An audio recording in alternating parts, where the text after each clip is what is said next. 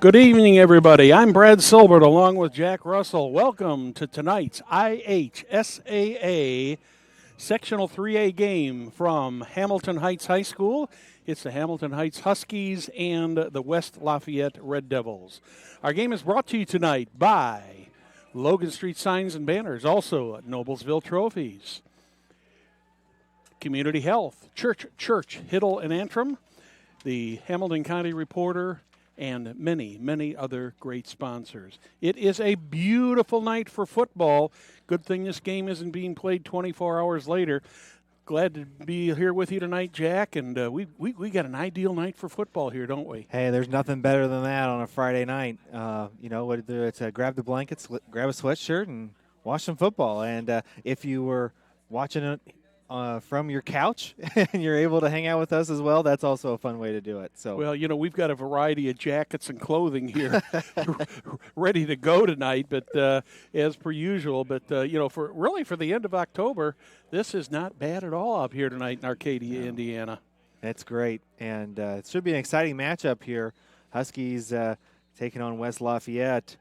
And it looks like, well, the Huskies come in here at 2-7, 1-4 in the conference, where West Lafayette comes in here 7-2, 4-0 in the conference, and the Red Devils are going to be kicking off, Jack. Yep, and like you said, you've got the records there, but once you get into sectional time, you just never know what's going to happen.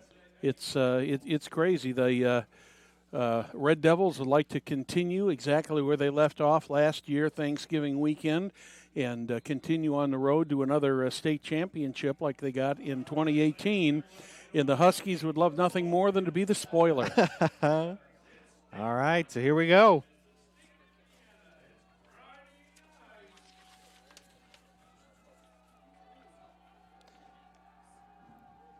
Two Huskies back to return. Receive. Gets it about the 5-yard line. Looks for an option. Met right away. And out will come the Huskies offense. About a 15-yard return there from about the 5, Jack. Just inside the 20 is where the Hamilton Heights Huskies will take over. Looks like it's right at the 19. 1st and 10, ball on the 19-yard line. Huskies first possession.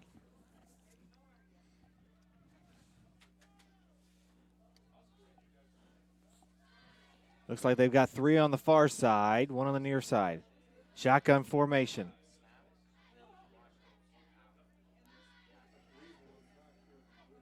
Looks to the far side, fires. We got to throw again. Just a little far. Good idea to come out with a little razzle-dazzle on the first play from scrimmage, Jack. Had that ball been on the mark, the Huskies would have had a 6-point lead right now, but it was just a little bit overthrown. A little overthrown, Cameron Knott. And that'll bring up 2nd and 10 for the Huskies. Great way to start off the game, though. So here we go. Pistol formation, 3 on the far side, 1 on the near side. Looks, pitches it. Looking for some option there, still on his feet. Gets close there. Nice run there by Cameron Knott, the ball carrier. Looks like he picked up about 7 yards on that, 7 or 8 yards, so he'll have 3rd and 2. Great job by the Huskies so far. See if they can get a first down here. Going to be 3rd down. Griffey, the quarterback. Now we're going to have 3 on the near side, 1 on the far side. Pistol formation. Looks, pitches it out.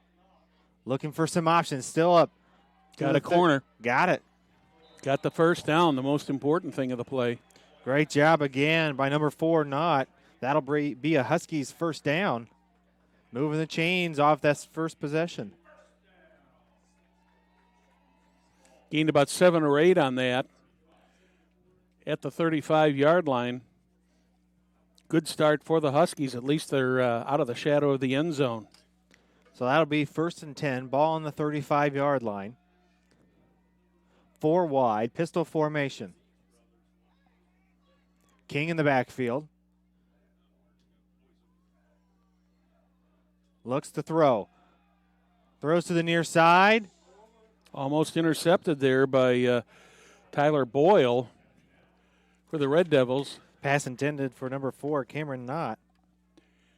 So 2 first down plays here, and on both of the first down plays, Jack, they went to the air.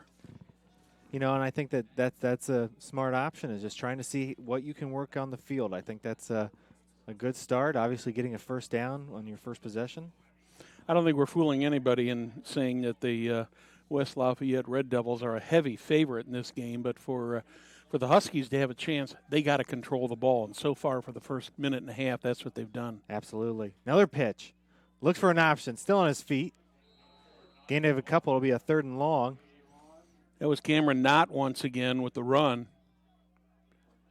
Looks like he got about maybe 2 or 3 yards at the most. I think they're going to call it 2. They're going to call it a 3rd and 8 from right about the 37, 38-yard line. So 3rd and 8. Approaching 11 minutes left in the first quarter. Incidentally, it is clear and 50 degrees here in Arcadia right now. Not much of a wind out of the east at 2, so the wind should not be a factor. Griffey looks, pitches it. Looking for an option. Met right away. Maybe a gain of nothing.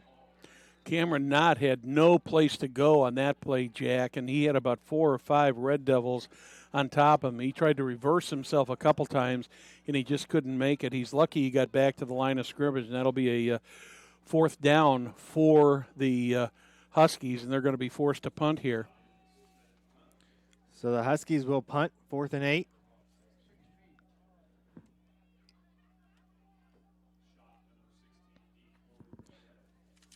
Looks like number 16 for West Lafayette back to receive. He's not very deep. Nice high punt. Huskies right there, right in front of shot, and he goes nowhere.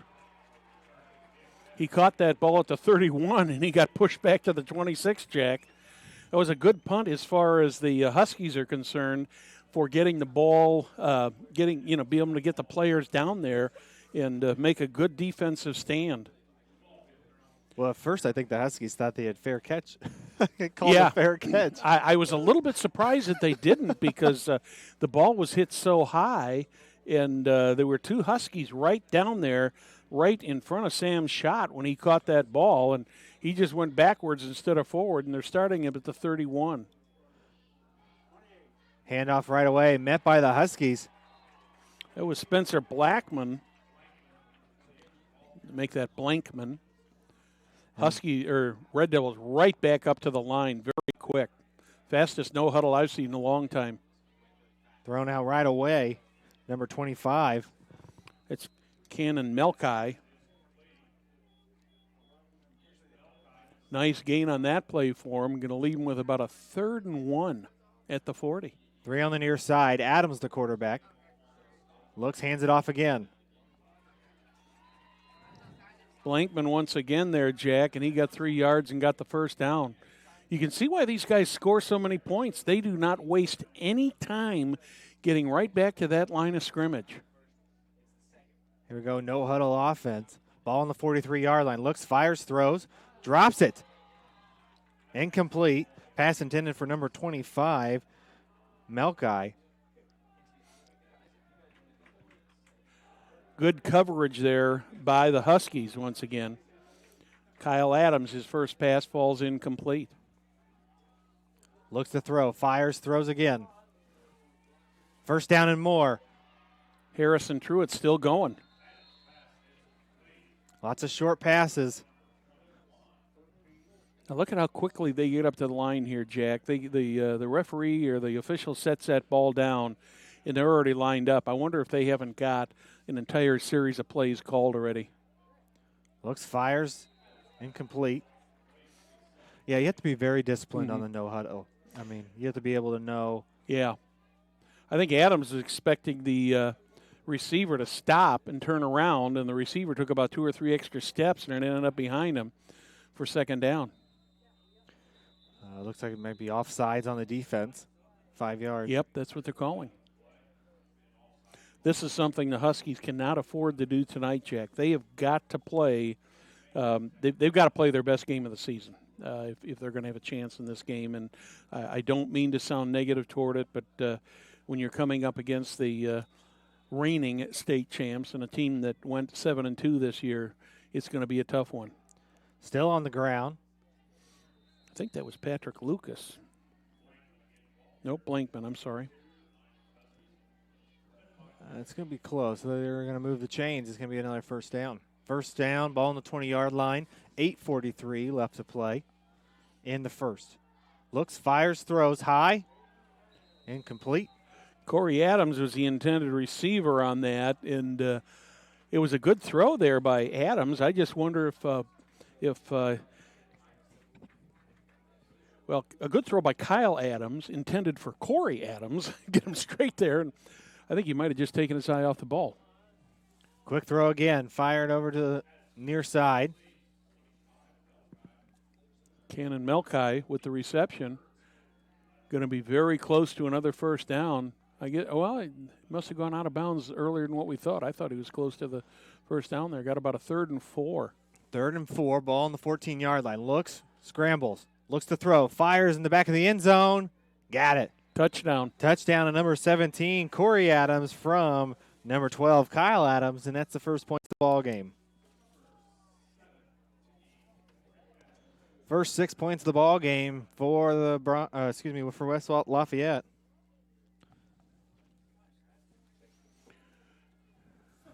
Here comes the extra point attempt.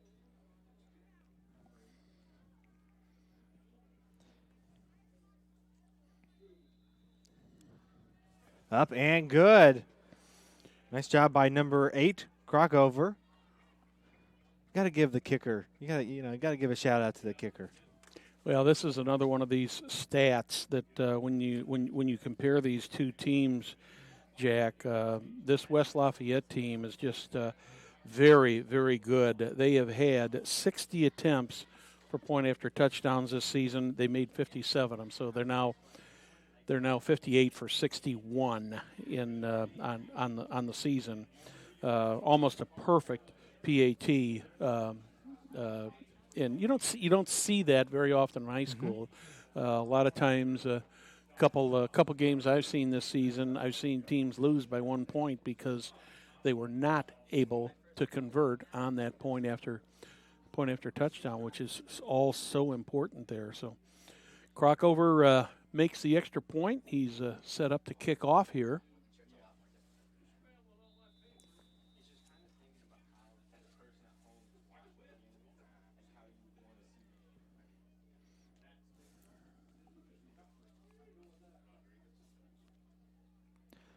Huskies will have their second possession on offense. See what they can do with that. 2 back to receive. Fired towards the back of the end zone.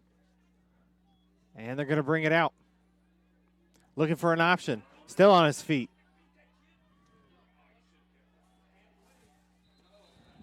Sent out of bounds.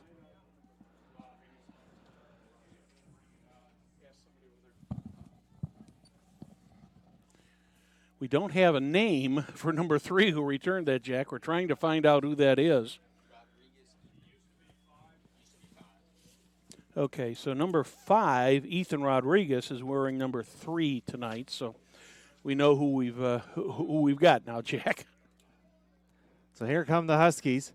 Nice return by Rodriguez out to the 28-yard line. He got about better than a 20-yard return on that. Huskies starting in pretty decent field position. Griffey in the pistol. Here comes the blitz. Ball down. Fires, throws, intercepted. Intercepted by number 3, Colin Martin. Still on his feet. Looks like he's going to take it back down to about the 20-yard line, and there's a flag thrown there. So I wonder if we're going to have a little bit of unsportsmanlike conduct after this play. I think that's what we're going to see here. Bad turn of events here for the Huskies here, still not even midway through the first half. It is on the Huskies. The ball is sitting right now at about the 18 or 19 yard line.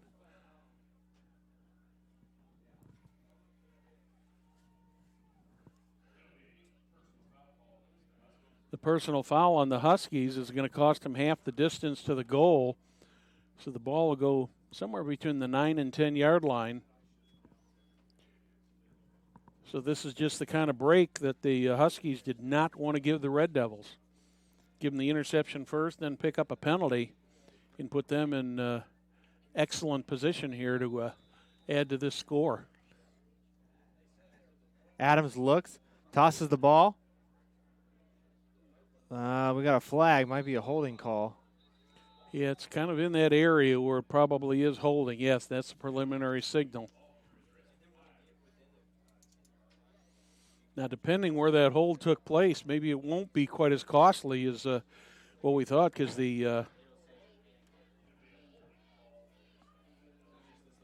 Red Devils were on the 9, and the flag was thrown at about the 6, so the ball is going to end up back on the 16. So the net on the thing is they only lose about 5 yards on the penalty, but they still get the down over again. Back to throw, fires to the back of the end zone. Incomplete. Just barely overthrown there, Jack. Barely overthrown, intended for Adams. And that'll bring up 2nd and 16.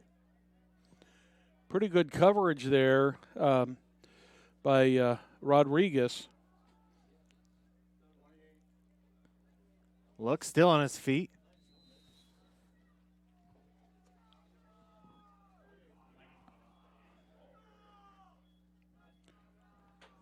Ball on the 6-yard line, so 3rd and goal. Ball on the 6-yard line. And once again, the Red Devils right up there. Looks to throw, fires, throws, got it.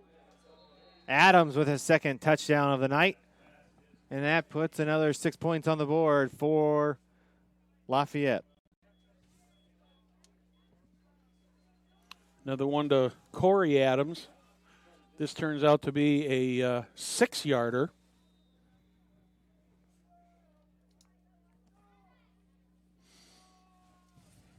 Extra point up and good. With 7 minutes and 33 seconds left to play in the first, West Lafayette leads 14-0. Well, the Red Devils are doing what they've done all season, Jack, and controlling the ball and taking advantage of the breaks that they've been given. The Huskies certainly gave them a huge break there, not only on the interception, but then picking up the personal foul and basically putting them first and goal at the 9-yard line. And 2 or 3 yards late, 2 or 3 plays later, even with a 10-yard holding penalty, they did not have a very difficult time putting the thing into the end zone. No, they did not, and it'll be interesting to see if they continue to try to see if they can throw it, or they're going to see if they can go with the run game here for the Huskies on this next possession. It'll be Devontae Henson and Ethan Rodriguez back deep for the Huskies to take the kickoff.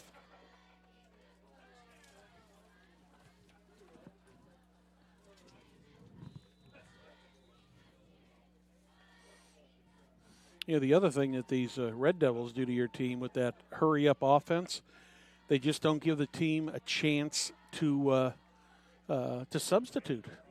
They're up there so quickly that, and there's got to be, a bit of a fatigue factor in there. Onside kick, touched by,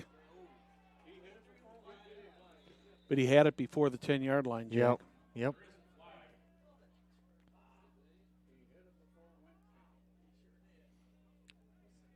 The ball has got to go 10 yards, and that was Nate Brown who touched the ball, and he touched it at about, I believe, the 48 or 49. That's what it looked like.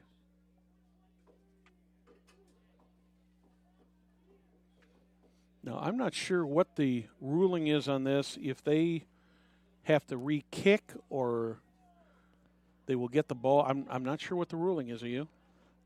I always thought that they got the ball at the spot of the foul. I was thinking at the 50-yard line. Okay. Well, the foul took place at the 49, so if they get it at the 50, I wouldn't complain. Yeah.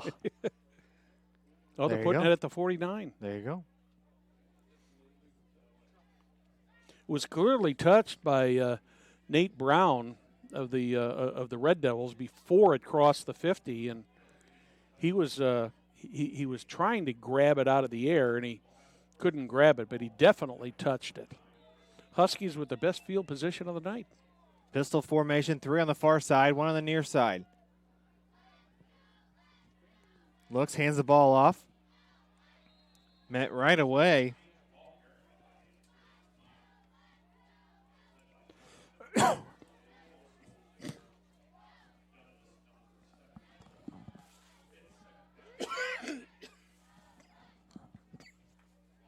So Griffey will get the call from the sideline. 2nd and 8, ball on the 47-yard line. 7 minutes left in the first.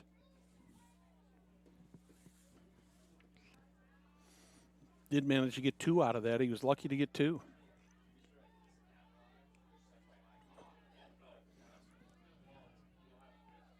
Again, the pistol formation, 3 on the far side, 1 on the near side. Looks, fires, throws, complete.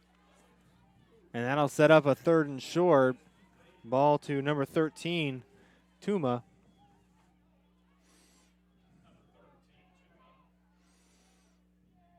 And that'll be a 3rd and 2. Got about a 6 or 7 yard gain on that, and got what should be a fairly makeable 3rd down here, Jack, with only 2 yards to go. But West Lafayette, they're not only good on the offensive side, they're good on the defensive side too. And I think this is 4 down territory already. So my guess is they'll run another play if they don't get it here. Looks, hands the ball off. Going to be close. I don't think he made it. Just short. He's at the 40, and he had to get to the 39. King is just short, be 4th down, and they're going to go for it. Yeah, at this point you have to. Yeah, I totally agree, Jack. You know, your season's on the line here. You know, one of these teams is going to be done tonight for the season. Husky faithful cheering on their team. Here we go. 4th down, 4th and 1. Griffey hikes and hands the ball off to King. Stumbled, not going to get it. Mistake on the handoff there, I think, cost them the 1st down, Jack, because he just did not have control of that ball, and that slowed him down enough to the point where he actually lost about a half a yard there, and the Red Devils will take over again in very, very good field position. So that'll be a turnover. Here come West Lafayette with that no huddle offense.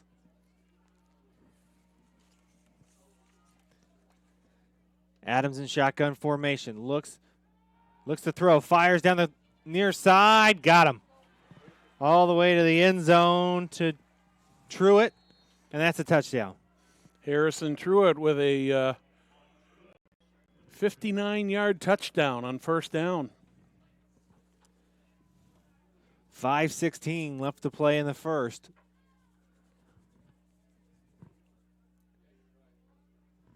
Crockover with the extra point.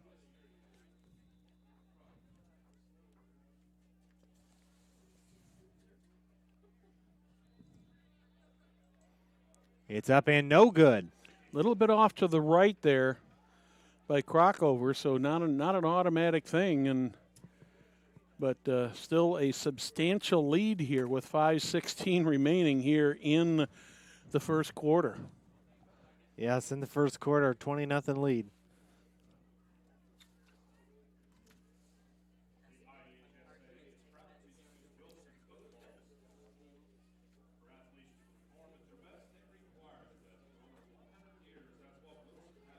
So will we see another onside kick by the Red Devils?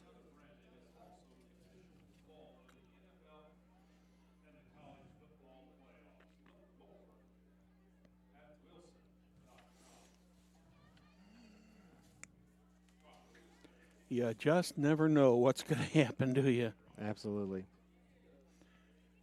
Kyle Adams has had a good night already tonight. He's a verbal commit to James Madison.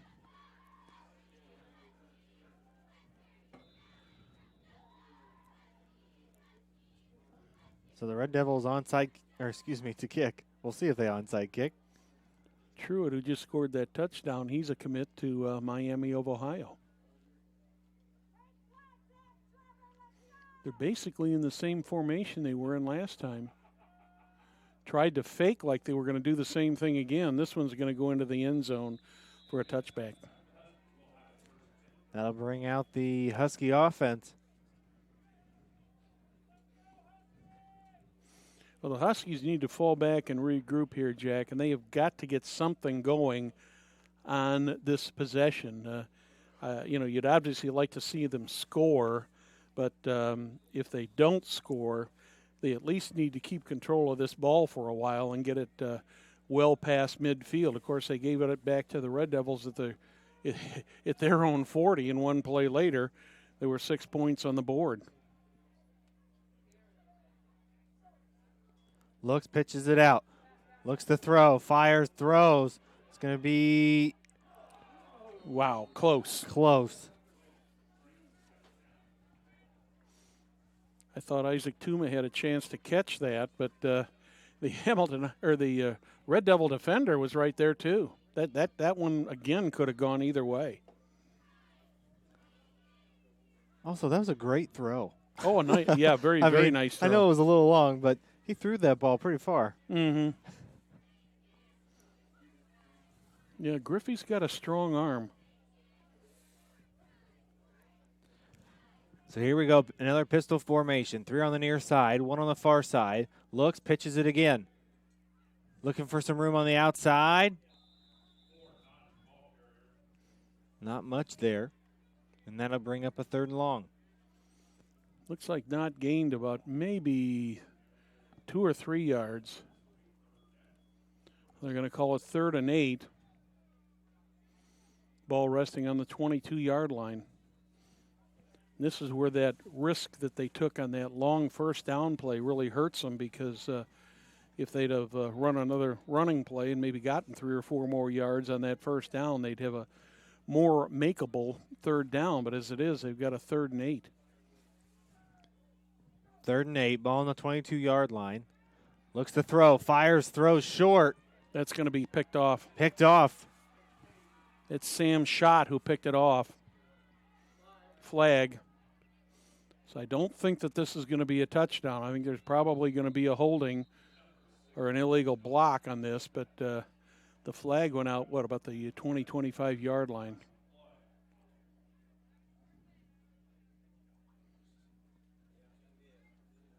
The interception will stand. Block in the back? Yep, illegal block in the back. It looks like that occurred right about the where the linesman is standing there, is right at about the 25. So I'm assuming, I believe that's a 10-yard penalty.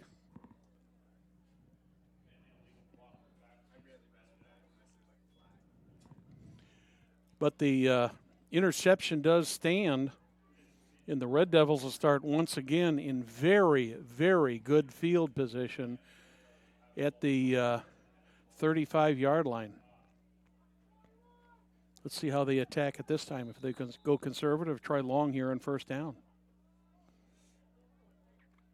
Shotgun, looks to throw.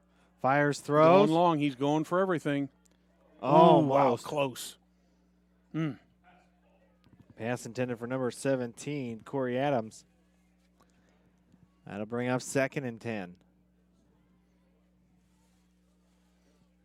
They've gone that long route several times on first down already, Jack. They're not afraid to put it up there. Looks, keeps it himself. Did he ever take a knee? I think he did. Yeah, he went down, but it almost looked like he didn't get his knee down. 3rd and 2. Looks, fires, throws. First down and more. Milkai with the reception again, number 25.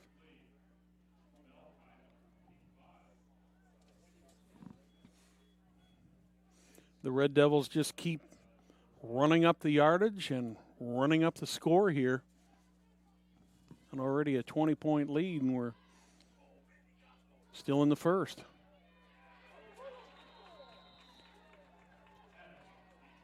Well, finally a good defensive play there by the Huskies, Jack. Great job there by the Huskies.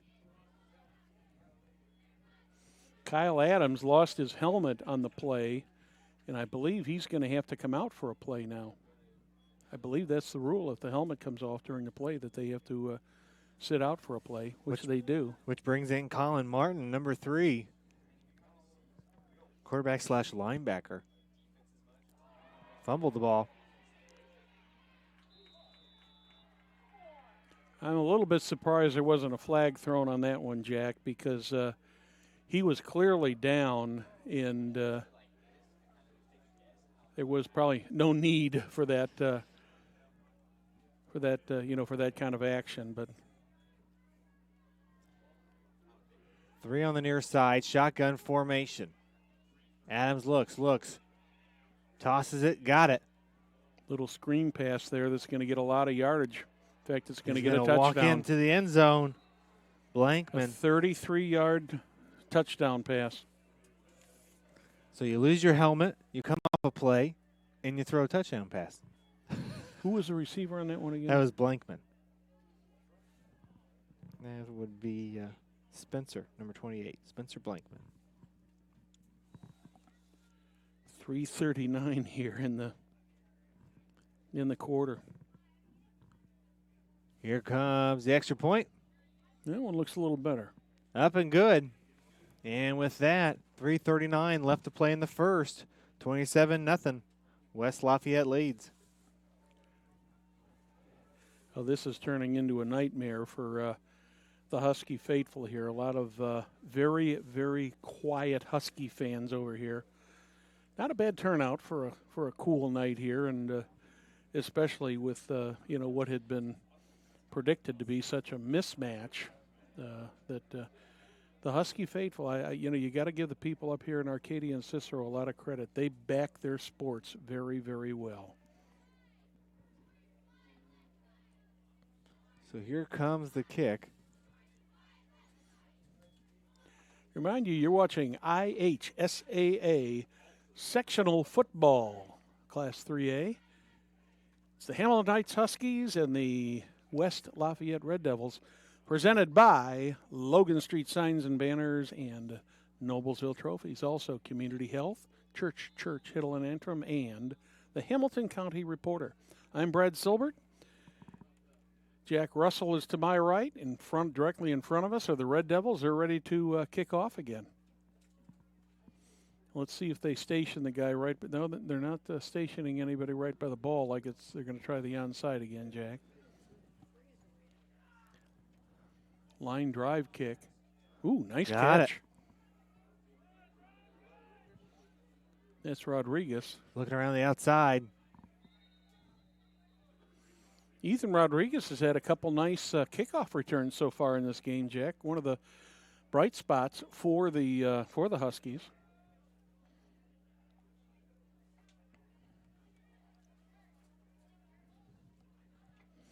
So the Huskies will come out on the field here. Another offensive possession. We're joined tonight by the Husky Broadcasting Club. We've got Edward Morris and Autumn Whitson here, kind of looking over our shoulders and learning about this fascinating business of broadcasting. Pistol formation, looks, tosses it over to King.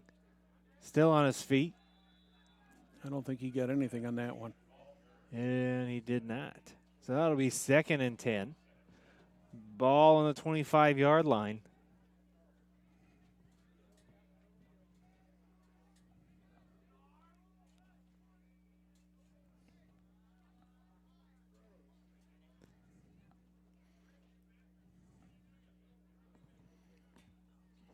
Griffey went off the field to get the play, and fortunately with that 40-second clock, he's still got 8 seconds to get the ball in play. Again, pistol formation, 4 wide. Looks to throw. Fires, throws, incomplete. Pass intended for number 4, not. And that'll bring up 3rd and 10.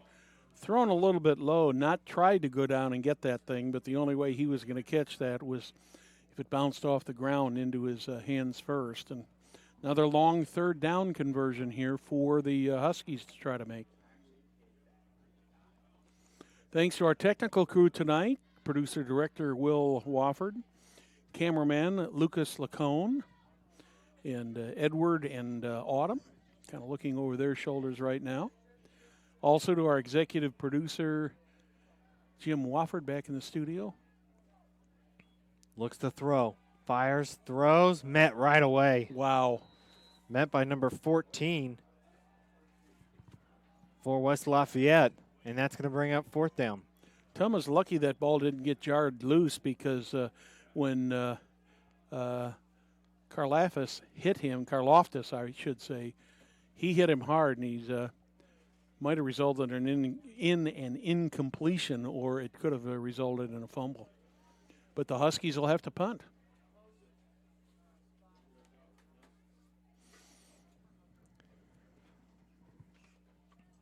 Nice high punt once again. This time, fair catch. Fair catch by number 16 for the Red Devils, and that'll bring out this Red Devil offense.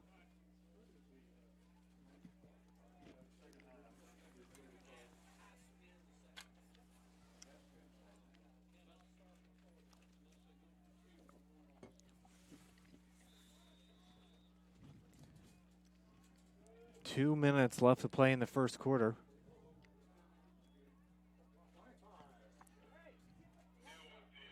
That was a good fake there by Adams, wasn't it? Yeah, it was.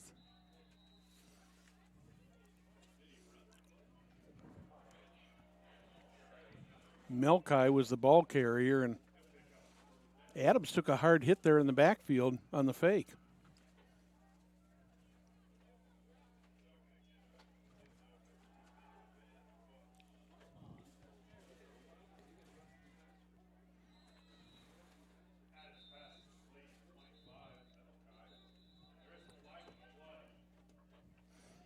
Isaac Tuma Roughing the passer. ran Adams out of the play.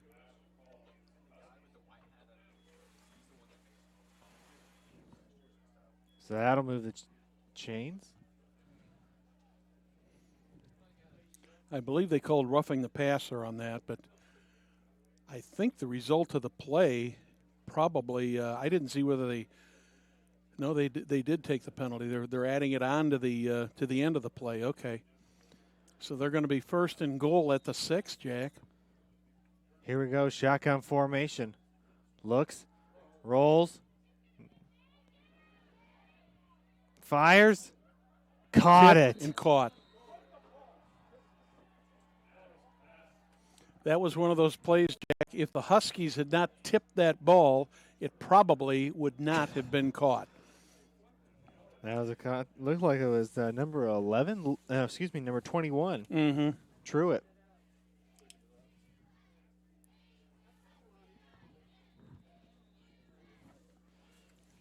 So 33-0 here with 1:38 in the first quarter. Down, up, That one looks good. and good. So with 1:38 left to play in the first, Red Devils lead 34-0. Hey, Jack, there is a lot going on Hamilton County Television this week. Let me tell you, in addition to this game tonight, Perry Williams is back in the studio with August Lacane on game day. Now, tomorrow is a huge day on Hamilton County Television Sports. Girls soccer and boys soccer, both the Noblesville girls and the Noblesville boys are playing in the semi-state. In both of those games will be in Kokomo, but they are at Kokomo High School. Before, when the semi-state was up there, it was at the ball field at Municipal Stadium. But Will Wofford was telling me earlier that those games will be at the high school. And the girls' game is scheduled at 3 o'clock, and the boys' game is scheduled at 5. And that's not everything we got going on. And after this, we'll tell you a little bit more. But there is just a bunch of stuff going on this weekend on Hamilton County Television. We usually like to fill the calendar. Mm-hmm.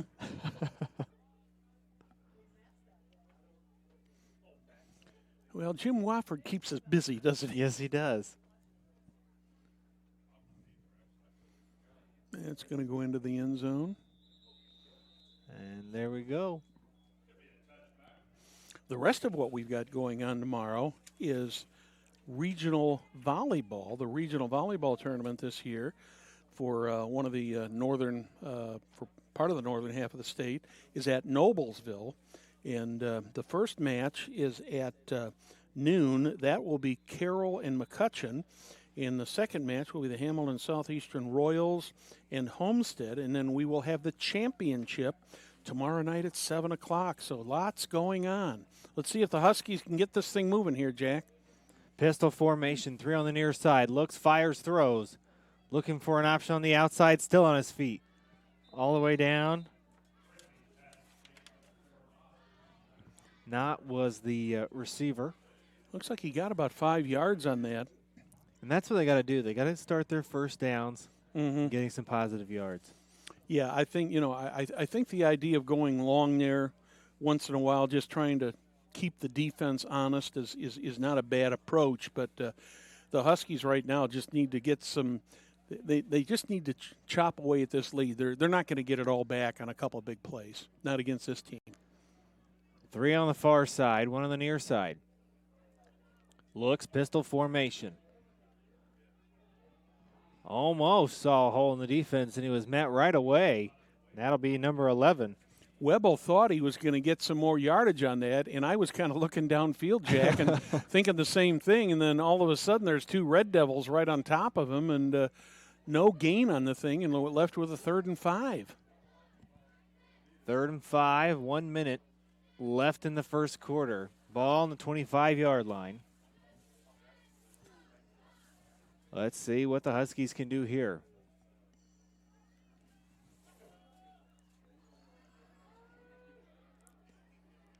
It's going to be a 4-wide formation.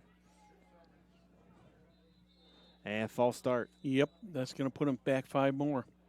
Oh, excuse me, timeout.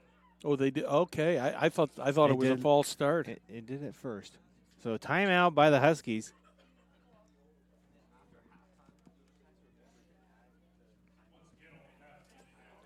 And next week we will have more sectional football action here on Hamilton County Television.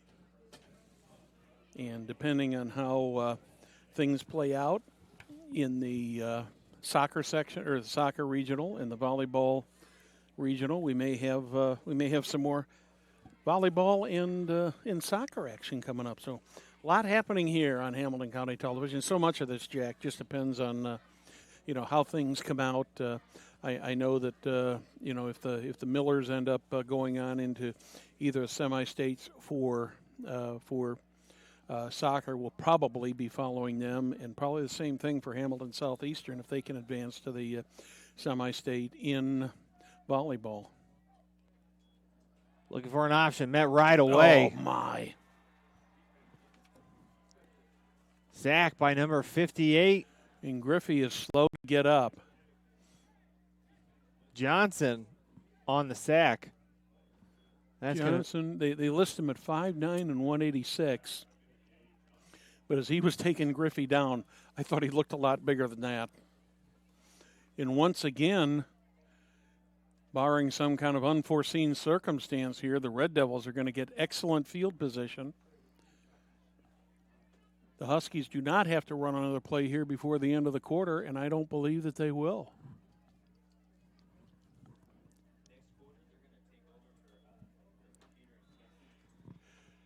So at the end of the first quarter, it's the West Lafayette Red Devils 34, Hamilton High Huskies nothing. We'll be back on Hamilton County Television with more after this from our sponsors.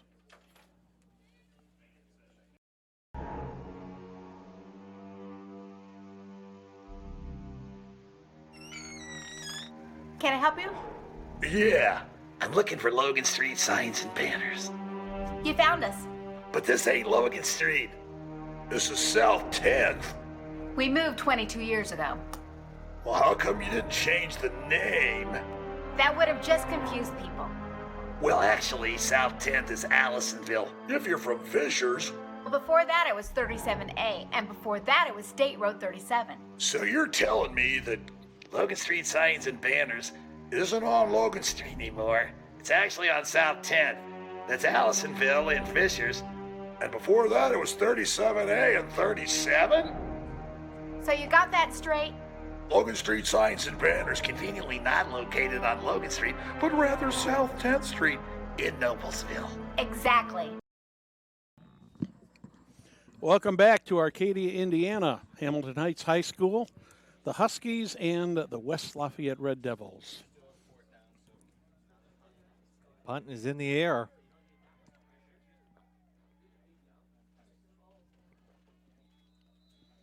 Finally rolls dead at the 46-yard line. The one, another positive tonight so far for the Huskies, the kicking game has been pretty good. They have done a very good job of that. They're getting a lot of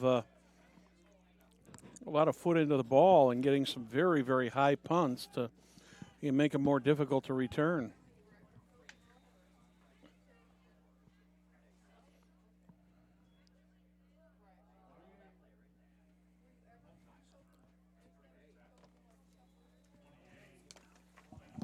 Gain of a couple here. That'll be second down.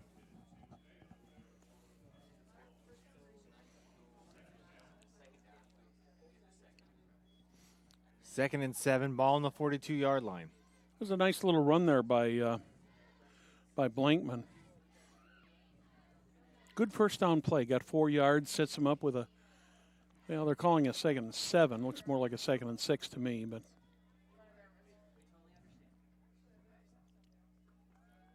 Looks to throw. Fires, throws low. Had excellent protection there. Well, we've got Edward and Autumn from the Husky Broadcasting Club. They're trying to get their own broadcast crew going here at Hamilton Heights High School, and they're here with us tonight, and they are being mentored right now by Will Wofford and Lucas LeCain over there on the camera and the producer-director. We're glad to have them with us tonight. Always good to see young talent coming into the game. Was that a fake, Jack, or was that a fake? That was a fake for I sure. had no idea that Adams had the ball. They get another first down. So 1st and 10, ball on the 31-yard line. Still on his feet. Blankman, we might have a holding call. Yeah, that's coming back. Yeah, it's holding against the Red Devils. So that's going to negate what would have been about a 5-yard gain. That being a spot foul, it may cost them 11 yards on this because they threw the flag at the 31-yard line. They're putting it down at the 41. So in reality, that cost them 11 yards. So it'll be a 1st and 21. Empty backfield, 5 wide. Looks to throw. Fires, throws. From one Adams to another. And it'll get him back to the line of scrimmage. So it'll be 2nd and 10. Ball on the 31-yard line. Nice tackle there by Bobby Williams for the Huskies to not allow Adams to get any more yardage. Got the 10 yards from the penalty back. Looks, keeps it himself.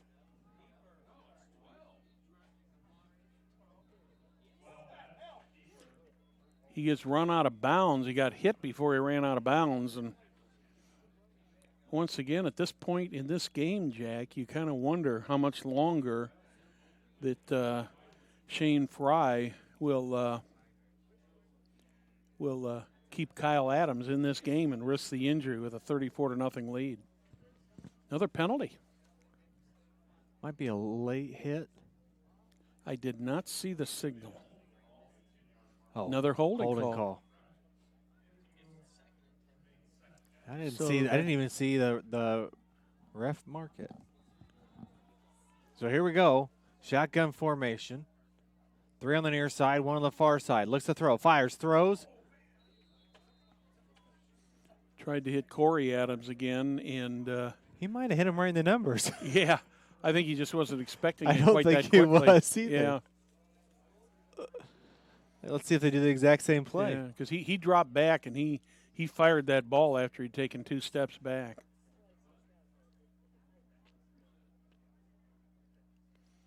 The officials conferring on something here.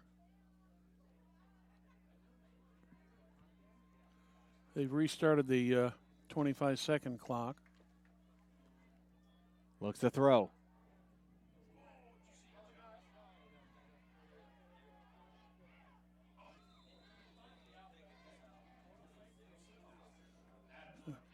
That'll be 4th down. Looked like he gained about 3 yards in the play, but he ran about 20. Under 10 left to play in the second quarter. 4th and 7. Ball on the 27-yard line. And that'll give him some yards.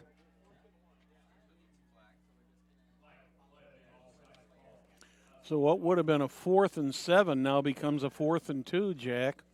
Another mistake by the Huskies.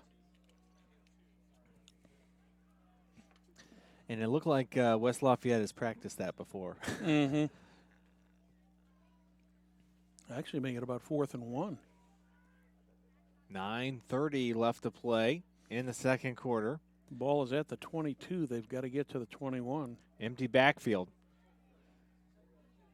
Adams gets the call from the sideline. They're going to call a timeout here. They're going to run out of time. And it looks like they might kick a field goal here. Yeah. 4th and 1 when he didn't when he didn't have anybody in the backfield, Jack. I thought for sure what he was trying to do was pull him off again, and he was successful on the play before that. But the Huskies would not fall for it this time because, I mean, to me, having that backfield empty on a 4th and 1, that's almost a dead giveaway that, hey, we're going to try to sucker you guys all over here because. Certainly with 4th and 1 and the power of the running game that they've got, they certainly I don't think they ever intended on snapping the ball on that play. Kyle Adams leads them back out again. It is going to be a field goal attempt. Going to be a 39-yard attempt, Jack. Already 34-0.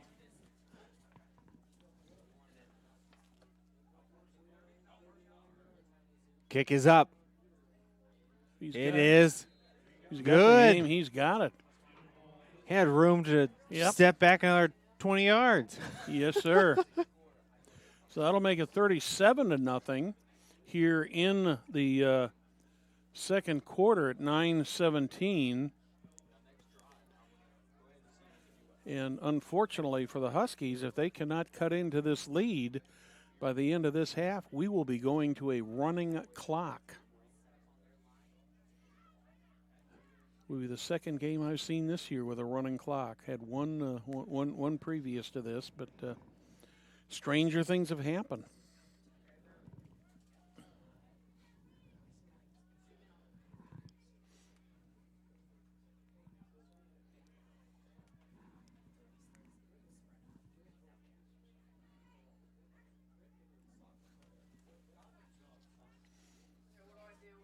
Caleb Crockover's been one busy young man kicking that ball tonight for him, hasn't he? He's been on this side of the field now. Yeah. He's kind of all over the place. Well, there's a very, very light wind out there. The wind is not a factor in this game at all.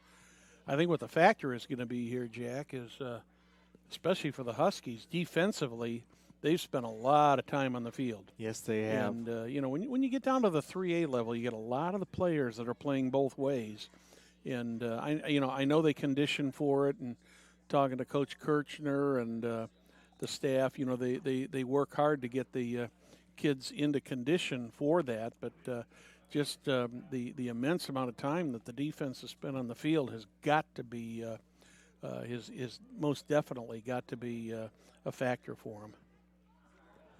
So 1st and 10. Ball on the 20-yard line.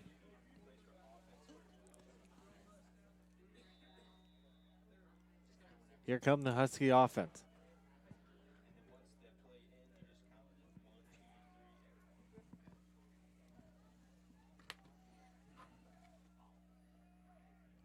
Looks, pitches it over.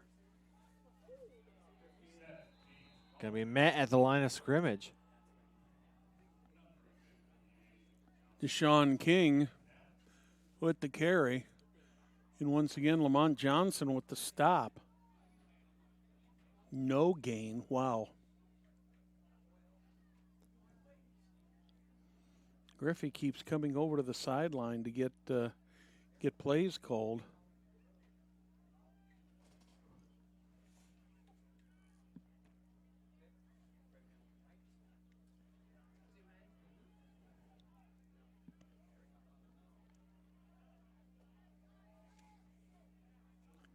Looks, hands the ball off, met right away. This time he lost some yardage. That front 4 or 5 for the Red Devils, they are something else.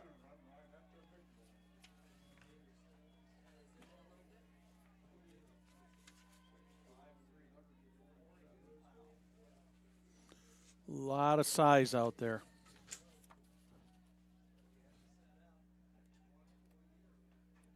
Under 8 minutes left to play in the second quarter.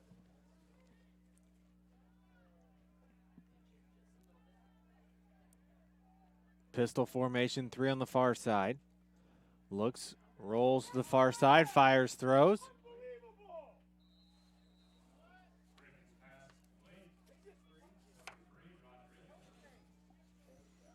Rodriguez with a nice reception there, but once again, Jack, just not enough yardage. And the Huskies had 2 positive plays, but 1 negative play that set them back once again.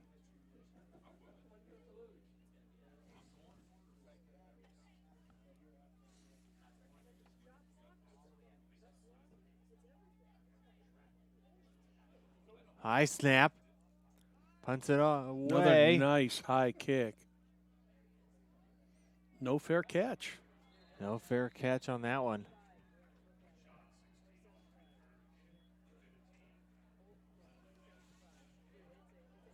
And Red Devils will get pretty good possession here. Sam Schott had the reception on that, and I was a little bit surprised he didn't call for a fair catch on that ball, because that ball was hit very, very high in the air, and the Huskies had it well covered. But here come the Red Devils once again. Shotgun formation. 7 minutes remaining here in the half. Looks, fires, throws. Still moving those feet. Blankman did a nice job of breaking at least 1 or 2 tackles there to gain them all over 20 yards on that play, Jack. Just like that, they're on the other side of the field. Fires, throws.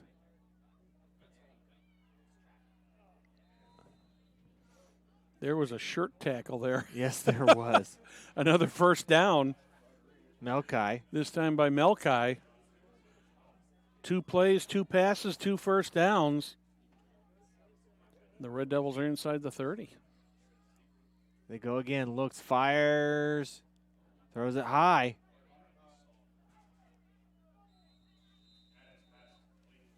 Melkai once again.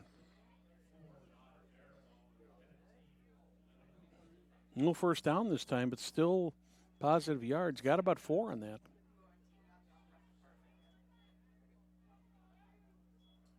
Looks, hands the ball off this time. Oh, no. Keeps it Kept it. still. He is extremely deceptive. Now they're going to throw a flag on that. Late hit. And they're going to call a late hit on that because he started to slide. That's going to be half the distance to the goal and another first down.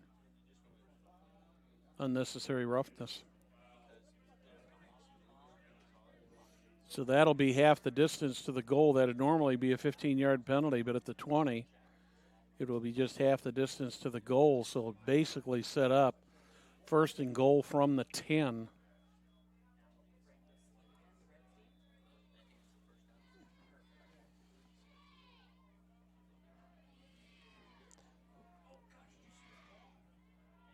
Back and forth there. Was that a fancy little move there? J.T. Downey was the Red Devil who ended up with the play, and we've got a stoppage out there. We got another flag? I didn't see it. I didn't see a flag. No, I didn't see a flag either.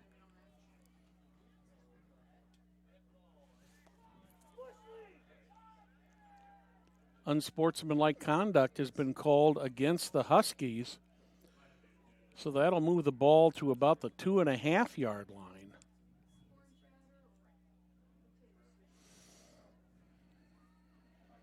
I did not see what caused the penalty.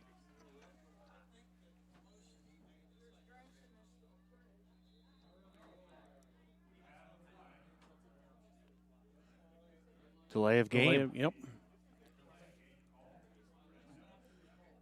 That's only maybe the second penalty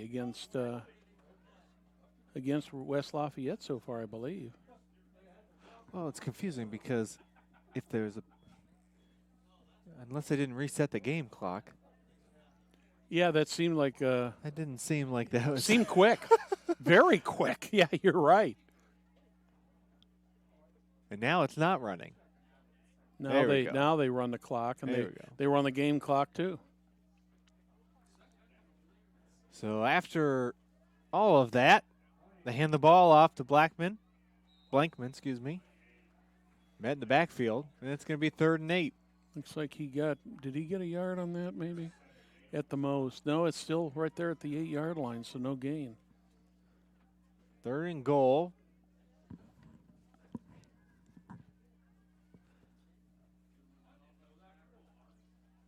Looks to throw, fires on the near side. Got it. Touchdown.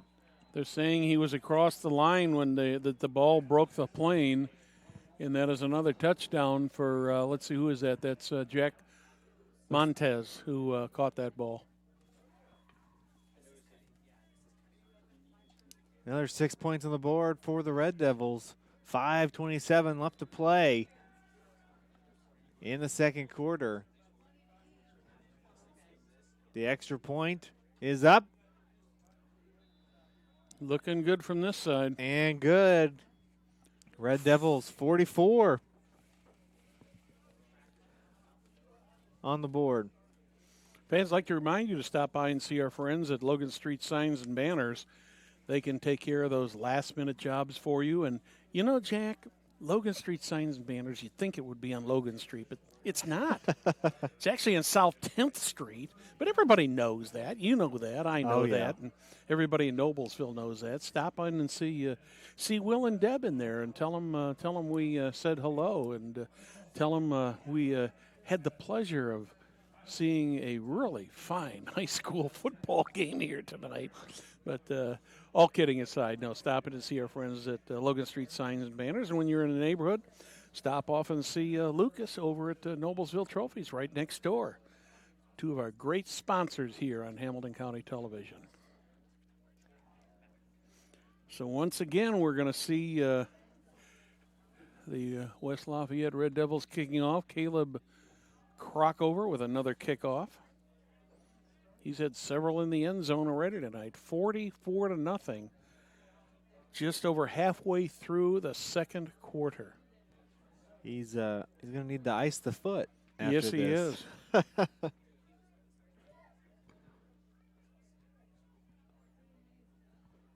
Well, that one's not going to get to the end zone. That ball is loose, and the Huskies do manage to pick it up. Wow. I think that was Rodriguez who had the ball, had the kickoff return, had it stripped. Crisis averted. Wow. Jack, I hate to say this, but boy, if things could go wrong tonight for the Huskies, they have gone wrong. They just You know, Lady Luck has not been on their side at all tonight. But they haven't given up. They're still coming out here trying. 3 on the far side, pistol formation. Looks, low snap, fires, throws. Looking for an option. It's going to be a loss on the play. Loss of about 2 or 3 there. Going to make, what, about second and, well, they're going to say it's a 2-yard loss.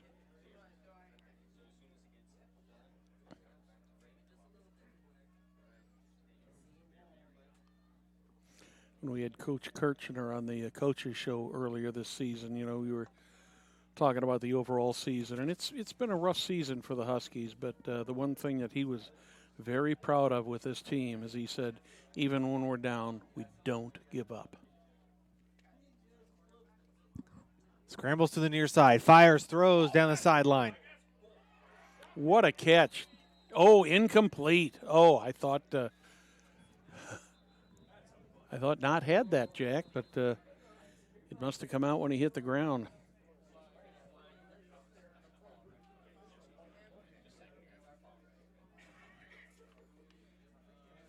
Have we got another flag out there again? I think we're going to have a penalty called here.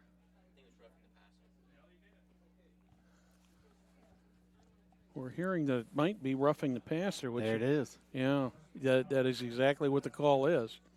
So that's a 15-yard penalty. Jack, the Huskies got a first down, man. There we go.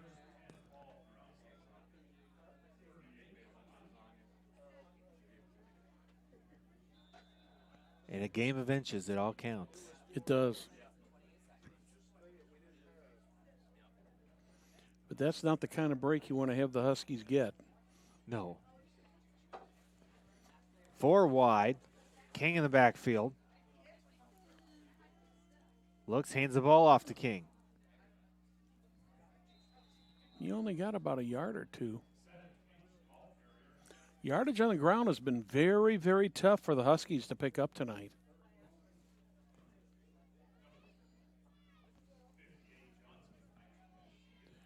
Got the Husky Broadcasting Club over here to our left.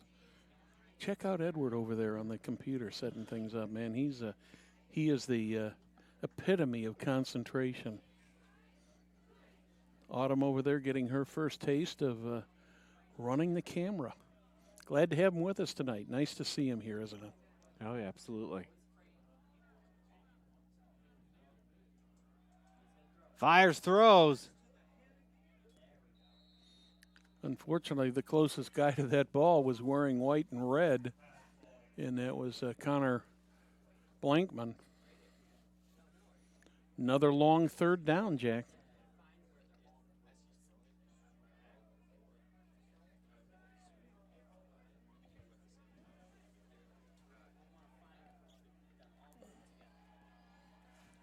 Third and 8. Ball on the 40-yard line. Red Devil fans making some third down noise across from us. It's going to be 4 wide again. Pistol formation. Low snap. Fires, throws.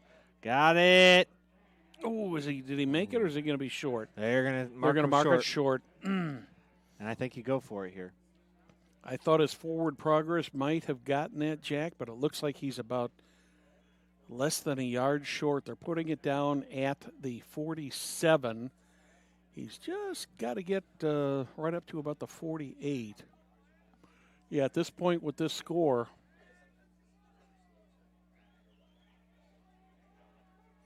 will they try to grind this out, or will they put it in the air? What do you think?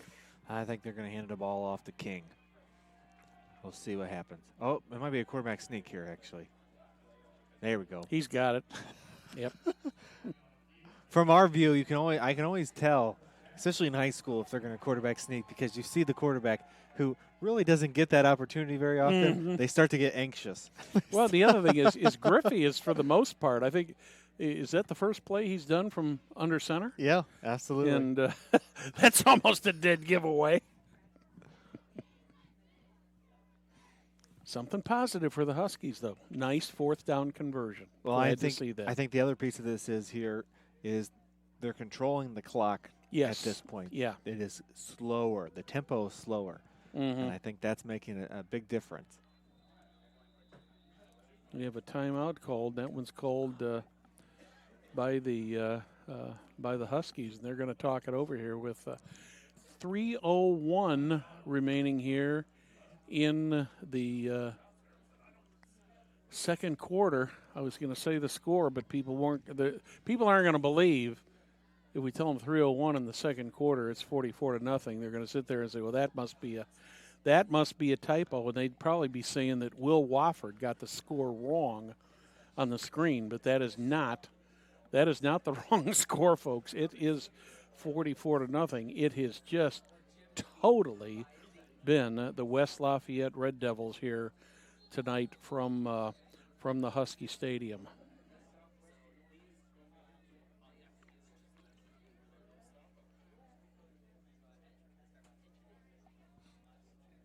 So let's see what the Huskies do here out of the timeout.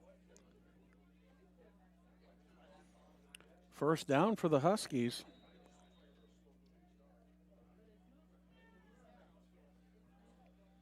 Looks to throw. Fires, throws. Got somebody. Oh, my. I thought for a second there that he had Tuma open. Carpenter almost with the interception. Yeah, triple coverage there on Tuma by the Red Devils to break that up.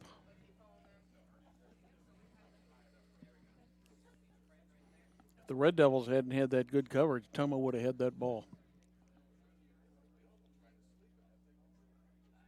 So here we go, 2nd and 10. Ball on the 49-yard line.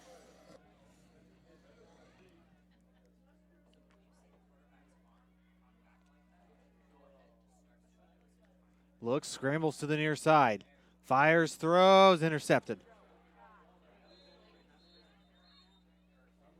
Intercepted by number 14.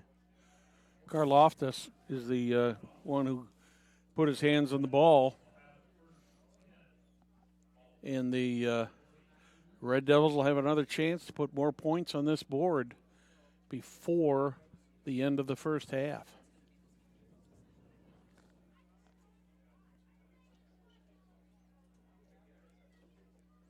One would certainly think in the second half, Jack, that the Red Devils would clear their starters, at least on the offensive side. But right now, Kyle Adams is still in at quarterback. Looks to throw, fires, got it away. I thought he wanted to go longer at first, but he managed to pick up Spencer Blankman there along the sidelines, and Blankman picked up about 25 yards on that play.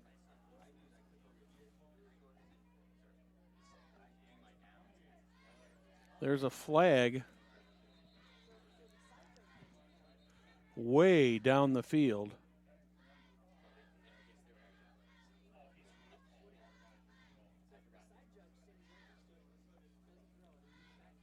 That one's going to go against the Huskies.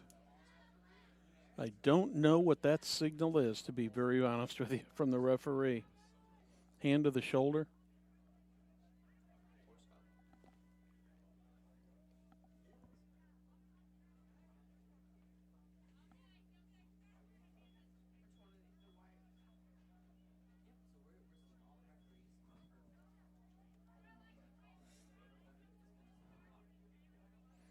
Let's see how many yards this is going to be.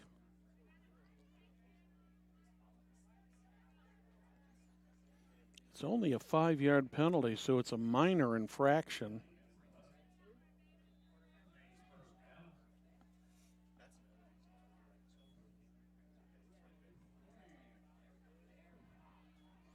Another nice run there. Nolan Jacobs, the ball carrier that time. We getting any scores in there, Jack? Anything of interest? That's what I'm looking at here. Along with Stay tuned at halftime. We'll have a great discussion with Dr. Arrowwood Yeah. and talk a little bit about what's going on at Hamilton Heights. Well, the Red Devils are going to be about 3 yards short of a touchdown here. 2:01 left here in the first half. They're doing well in the air and on the ground, Jack.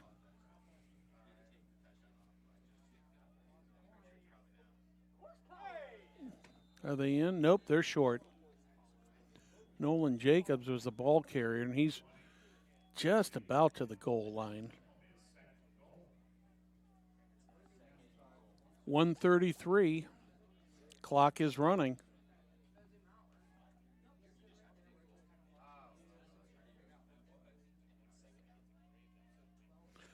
For the first time tonight, it looks like Kyle Adams is getting signals from the bench as far as the play. Another running. Adams is going to keep it himself and go on in. And he does.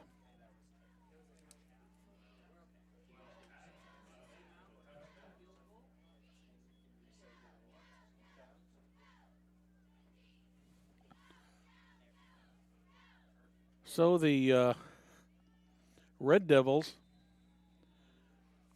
are at the half-century mark right now.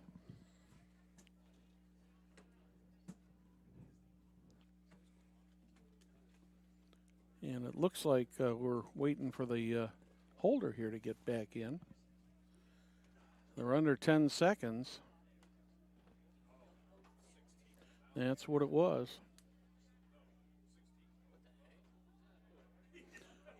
Going to try a 2-point conversion. Got it. And they're going to make it. I don't think that was on purpose. No, I don't. That was a broken play, and it was basically set up by Sam Schott, number 16, who came in at just the last second, and had they gone another half, they were almost down to 0 in that. And you're right, that was a broken play. So it is now 52-0 in favor of the Red Devils. Do have a few Red Devil fans over there on the east side of the field, Jack. Not a whole lot of people made the trip down, but Not a terrible drive. no, not a bad drive at all. Up until 9 o'clock, the freeways around Indianapolis on Friday night are pretty good, but then when they start shutting things down like they've done the last few weekends, Yeah. it can get to be a bit of a bear to get around.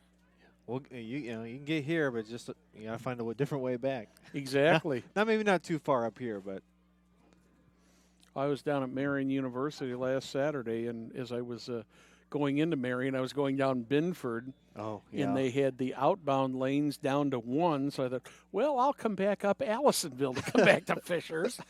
And I got about, a quarter of a mile south of 82nd Street, and it took me 25 minutes to go from 82nd Street to 86th Street on Allisonville Road. yeah. Because everybody who was on 69 went down that way. In the back of the end zone. We're actually starting to get a little bit more of a breeze here now. The flags are starting to show a little bit, and I think that kickoff there by Caleb Crockover, I think the wind helped that a little bit, although it was pretty much a line drive.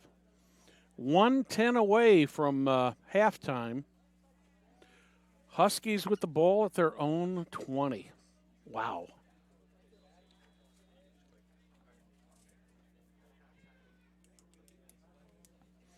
There just isn't a whole lot you can say about this game tonight, Jack.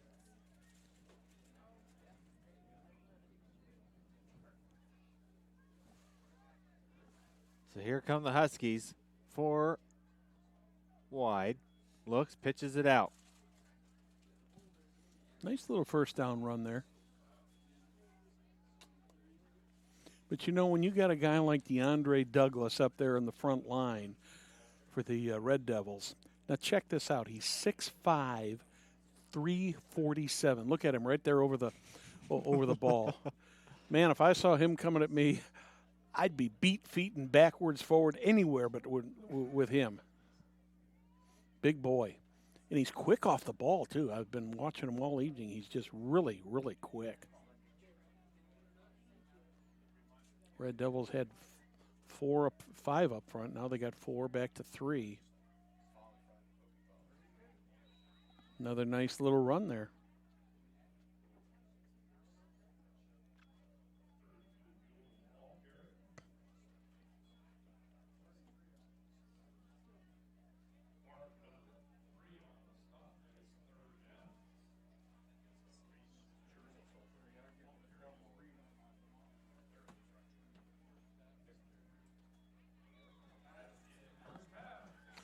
And that is the end of the first half with a score. West Lafayette Red Devils 52, the Hamilton Heights Huskies nothing. Thank you for joining us tonight for IHSAA Sectional 3A football. The Hamilton Heights Huskies and the West Lafayette Red Devils. We'll be back with our halftime entertainment after these messages from our sponsors. You know, when Margaret and I decided to sell the old estate here, we had only one choice in signage. Logan Street signs and banners. Conveniently not located on Logan Street anymore, but rather located on 10th Street on the south side of Noblesville. Well, we sold the old beauty, and we were able to buy this wonderful estate. And we had so much money left over, I was able to buy this beautiful 1968 Eldorado Cadillac for Margaret. Only 472,000 miles. Margaret loves it because it's got those big seats and that heavy-duty suspension to support her svelte frame. Next time you're looking for signs or banners, call old Jim at Logan Street Signs and Banners, 773-7200. Conveniently not located on Logan Street.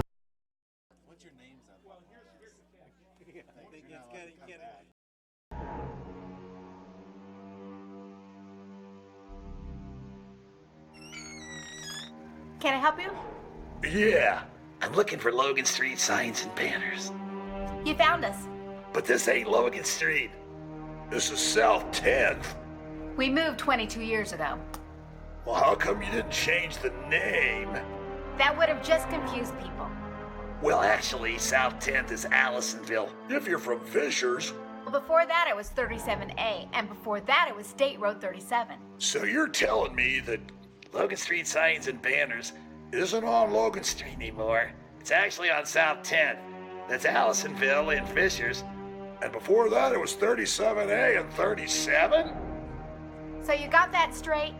Logan Street signs and banners conveniently not located on Logan Street, but rather South 10th Street in Noblesville. Exactly. Well, welcome back. It's halftime here. This is Jack Russell. Next to me, Dr. Arrowwood. Welcome to our broadcast. Thanks, and thanks for being here. Hey, you know, it's not too far for me, so.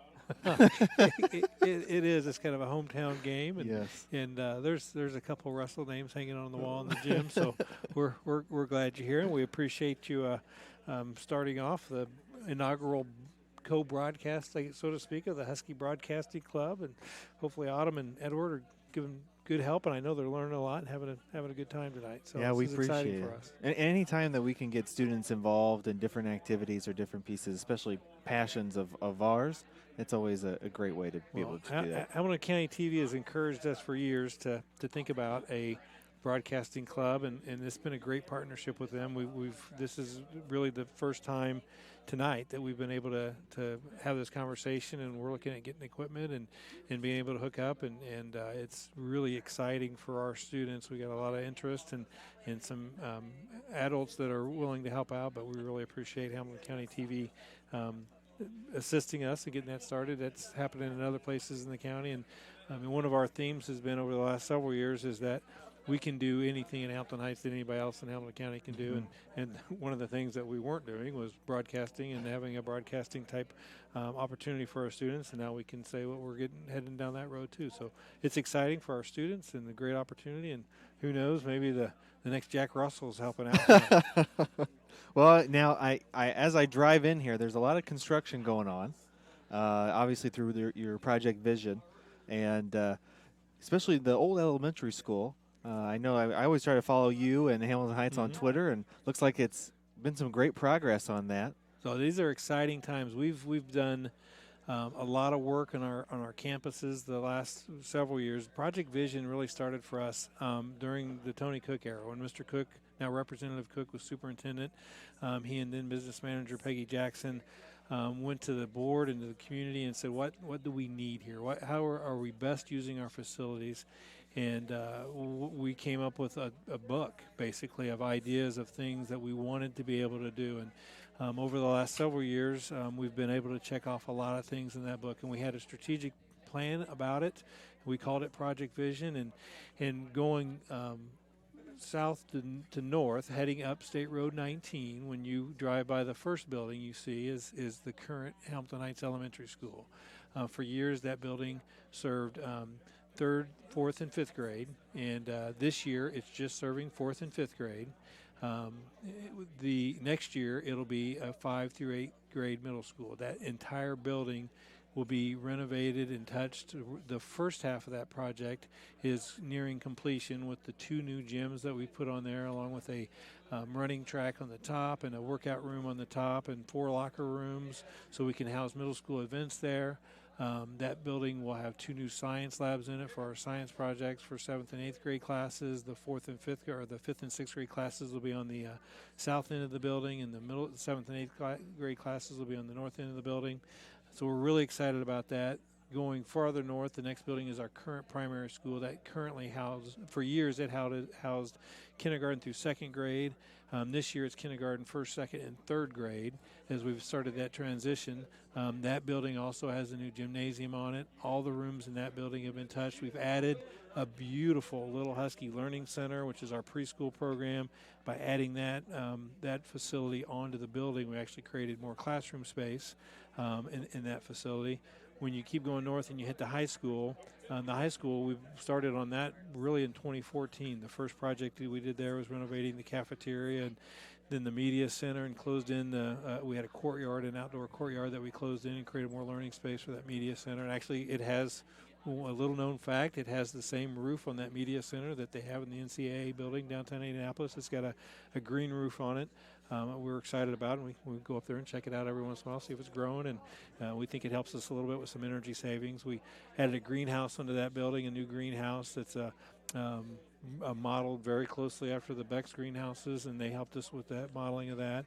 New ag space and that and the new engineering and construction space, that a program that's really going great for us with some internship opportunities and really get in some kids into some career paths that may not necessarily be college focused, but will allow them to go straight into the workplace and maybe work in some construction jobs or those types of jobs, but also be able to pursue some college credits doing that program. Eric Fisher's done a phenomenal job with that program. And then that is really that's great, because I just heard a stat today from some construction companies that said in central Indiana there are 300,000 unfilled jobs in construction right now. Well, and there are 2 high schools in the state of Indiana right now that have an earn-to-learn program where you actually get high school credit while doing apprenticeships or internships in industry and get paid for it. And one of those programs, the first program in the state to start that, was Hamilton Heights High School and Eric Fisher. So it's really excited. And Eric Fisher was telling us today that's brand new space that we really renovated some space that was storage space for us and created it's a beautiful construction lab. Fisher told us today, Mr. Fisher told us today it may not be big enough. So that's a little bit of a problem, Mr. Fisher. And so Mr. Fisher has been a great teacher for us for a number of years, former head baseball coach, fantastic member of the community, 2 kids that graduated from Hamilton Heights that are off doing great things. But it's really exciting when you have those type of problems because the program's growing so quickly. So going into Arcadia, that building is our current middle school. That building will be has been renovated as well, but we're going to keep the gyms, and that's the main piece that we've renovated there and put a new heating and cooling system there. But the back half of that building, the building that I actually graduated from in 1986, will be torn down, and we'll be saving that space for future building sites if we do grow. We have demographic studies that we've looked at that take us out to 10, 15, 20 years that are pretty scientifically based that indicate we won't have an enrollment growth here for about 10 years, but when we do, that space will be available for us to build on.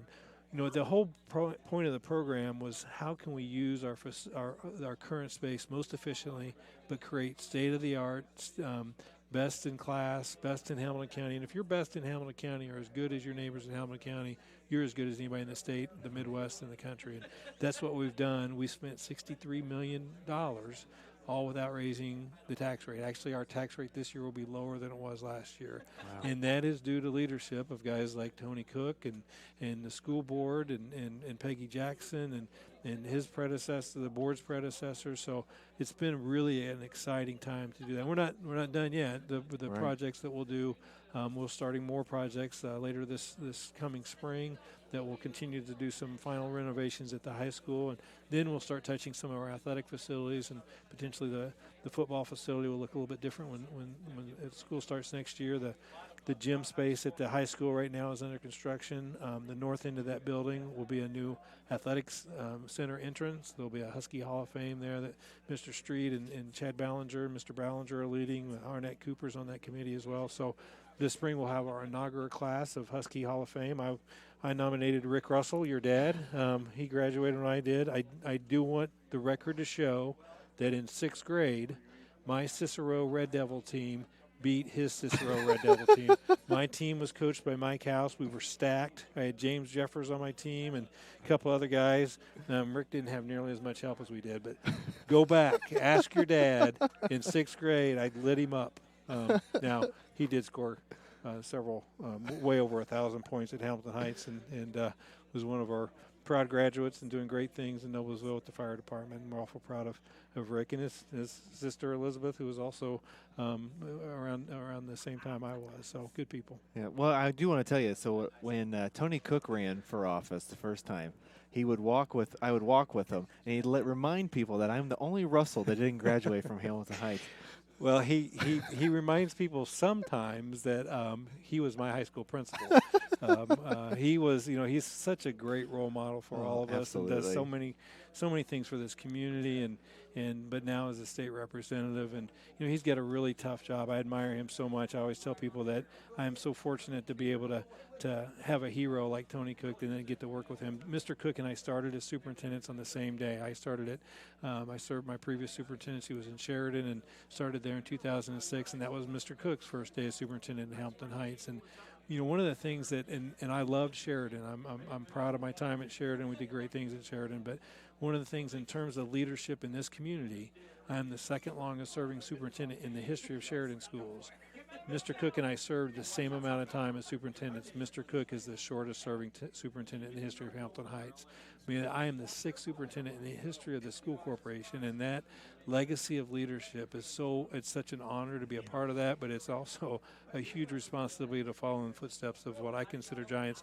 We hosted a superintendent club outing. It's called the Northern Indiana Superintendents Club, and several retired superintendents are part of that as well. But one of those retired superintendents was Wayne Kitch, who served here in the late 80s, and it was really neat to see him and Scott Bryan and Dr. Carnell, who was superintendent while Ryan White was here, back to Dallas Hornstrider, who was superintendent when Hamilton Heights first became Hamilton Heights after Jackson Central and Walnut Grove consolidated. So It's an honor to be sitting in that same desk that Mr. Cook sat in.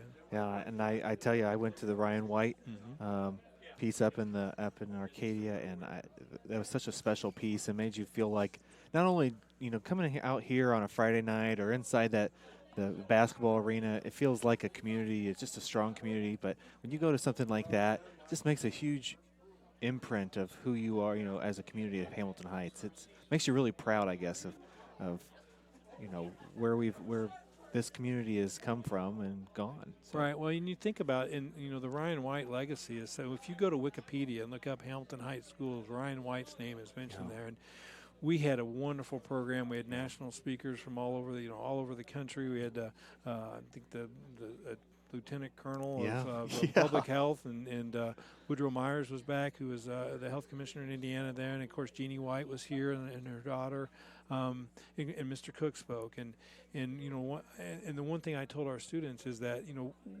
what Hamilton Heights did in that time was they embraced a student who had not been embraced at other places, and you know, Ryan White felt like he was home. This was his place, but it was not because of anything that we did that was extraordinary. We did the ordinary, which was be nice and would be welcoming, and that became extraordinary. And so that's such a legacy to live up to. And I challenged our students that that's a legacy that they need to live up to. That you know, one of the things that we've discovered at Hamilton Heights is we've been discovered, and one of the ways we've been discovered is transfer students. We have a very large number of students who don't live in Jackson Township and Wright River Township who transfer into our school corporation. And once they're here, they're Huskies, but we don't put up billboards that says Hamilton Heights is the best school ever. We don't drive our buses into other neighboring districts to pick up kids.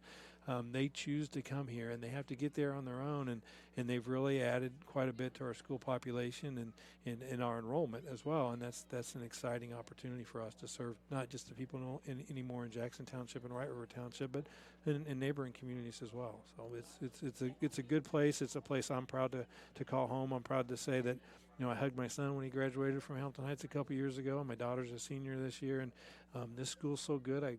It's good enough for my own kids, and I'm excited about that. And potentially some Jack Russell kids. Well, I have a 4-month-old right now, so we're getting ready. Yeah, we're ready. He's got a basketball. We're working on different sports, maybe multi-sport athlete for you. So well, you know, one of the things we talk about a lot is in terms of athletics, and tonight may not be our greatest example, but here's what I know about John Kirshner and our football program. We don't have 5 Division I athletes on our side of the football tonight. West Lafayette does. West Lafayette's the defending state champion. They've got a great program and a great history, and I'm sure they're going to go deep in the tournament this year as well. But you know, we've got kids on this team that are going to do great things. They may not do great things on Saturday in the fall and the next couple of years in terms of being football players, but they're going to be successful in life because John Kirshner is teaching them, you know, through hard work and through perseverance, and sometimes through some failure, you're gonna grow and improve and be better. And I'll take stock in these Husky kids any days because people like John Kirshner, who's you know, fantastic history teacher and is a wonderful, now he's teaching a lot of our advanced physical education classes. He makes a difference in these kids' lives, and you know, 20 years from now, I hope nobody remembers the score tonight, but these kids will remember the experience of playing some of these guys that are going to be playing on Saturday for some pretty major universities in the next couple of years, and they'll remember John Kirshner, that he made a difference in who they were and what they became. And I'm just really proud of John. I know it's hard for him to lose. It's hard for these boys to lose sometimes, but they're going to be all right, and they're going to do great things in life, and that's what I'm most proud of. Well, I appreciate you taking the time to be interviewed, but more importantly, I want to say thank you for your leadership, your team's leadership, your teachers, and you know, living up here and actually being able to be a town councilor up here and get to hear stories all the time, and whether they're stories from 1950 to today, this area is really proud of these Huskies. Whether they're sitting out here in the cold or sitting on their couch listening to us, no matter where they are, they're always Huskies. And so I appreciate the leadership that you have done and calling this place home. Yeah, well, it's a great time to be a Huskies. I'm awfully proud to be here. I'm proud that my family's here, and I appreciate the work you're doing at Cicero, and you get that 4-month-old ready. We'll take him in a couple years and teach him up, and they'll do great things. We like having Russells at Hamilton Heights. Well, thanks, Dr. Irwin.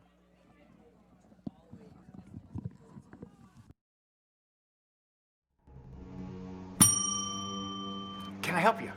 Yeah, I'd like to order a hamburger, fries, salt, maybe a large vanilla shake. This is a trophy shop, can't you tell? You got carry out? Everything that you need, we have here at the shop. Very unique. You order today, carry out tonight. That's our version of carry out. All right, I'll take one of everything. Oh, that may take a little longer. We'll have it for you tomorrow night. I'll be back tomorrow to pick it up.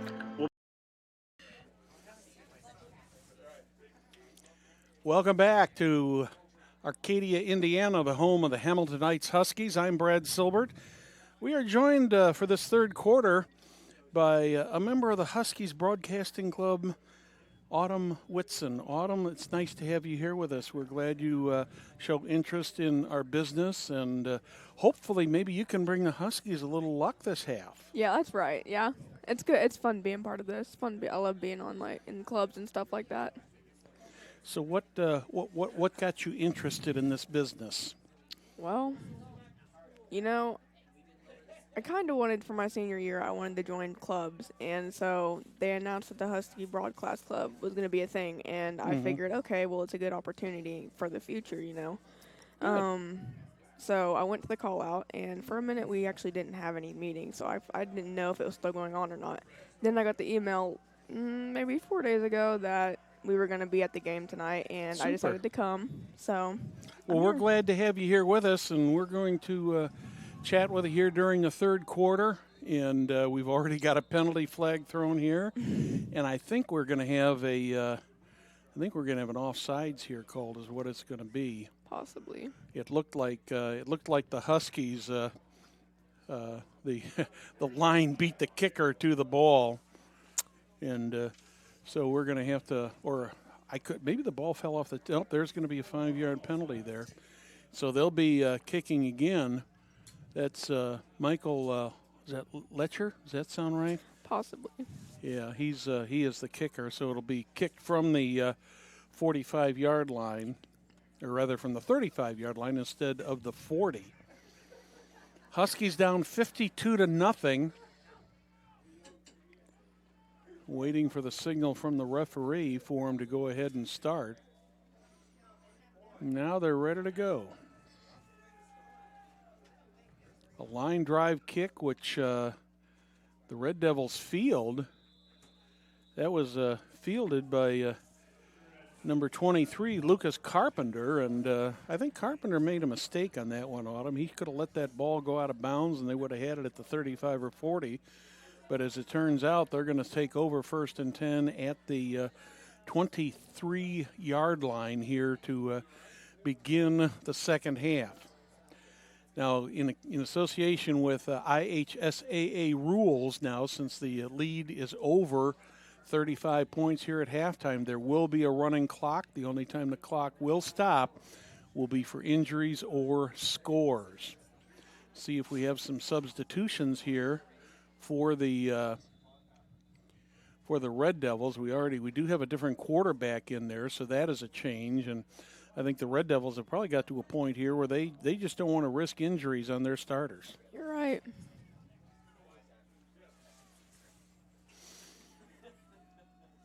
I'm trying to see who that quarterback is there. I think it looks like it's either an 8 or a 9, and I can't tell. It's Max Mullis is the quarterback. And that pass falls incomplete. So after an initial play on the first down that lost 5 yards, it's now 3rd down and about, 12, 13 yards with the ball on the 18-yard line.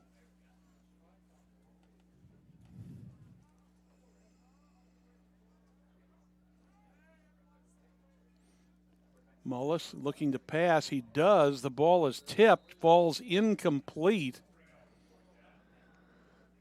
Weren't any Huskies in the area there, so the Huskies on the first defensive series of the game force a 4-and-out for the Red Devils, and the Red Devils will be punting for the first time tonight. And it's Jack Montez in to punt. Well, he wasn't too far back when he punted that, was he? I thought that might be blocked. Yeah, and that was pretty up front. Ball goes dead at about the 42, 43-yard line, and the Huskies will have their initial possession of the second half. And as I said earlier, it is going to be a running clock here in the second half in conjunction with the new IHSAA football rules, where if one team is ahead by 35 or more at the half, that the will be a running clock. No changes so far offensively for the Huskies. Guy Griffey still in at quarterback. It looks like he's going to pass. Gets it complete out to Tuma. Looks like Tuma gained, what, about 2 or 3 yards in that play. Yep. Griffey rolled out to his left. Tuma was right along the sideline there and made the catch, and the Red Devils just ran him right out of bounds. Most of the defensive front four that you see out there for the Red Devils is second string, and I really wouldn't expect to see any starters out here for the rest of this game for the Red Devils. Second and 7.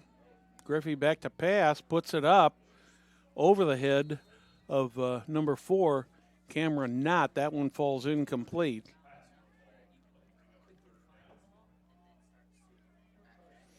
Griffey seems to have a pretty strong arm, and he's overthrown a couple people tonight. Yes, he does. I've actually known him for years, and he has always been a very good football player, so I definitely understand where you're coming from with that. 3 wide outs to the right, 1 to the left, 1 in the backfield on a 3rd and 7. Pitch back to Nate Hewlin. It looks like he might have a first down there. He got to the 30. I think he needed to get to the 31 for the first down, so the Huskies have got a first down, and they are moving the ball.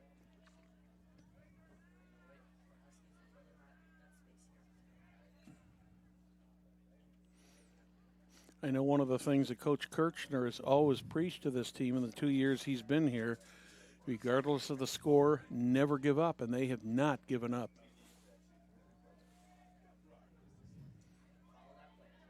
Pitch back. Another nice run there by Nate Hewlin. Another first down for the Huskies.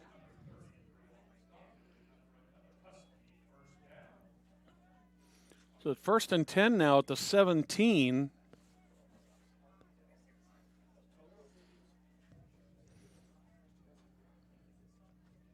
Deepest penetration into Red Devil territory tonight so far for the Huskies.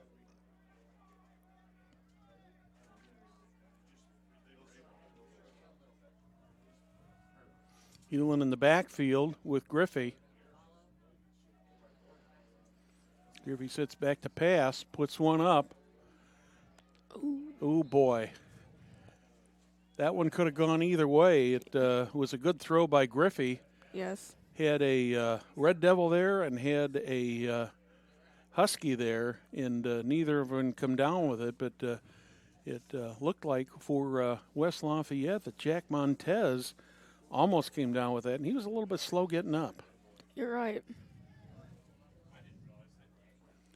2nd and 10. Still 3 wideouts to the right.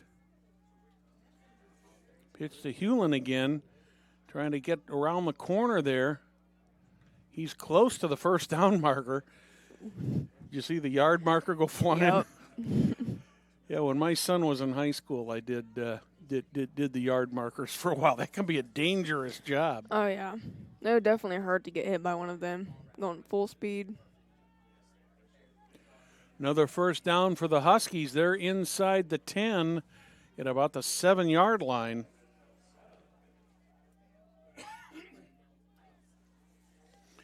.455 left here in the 3rd quarter.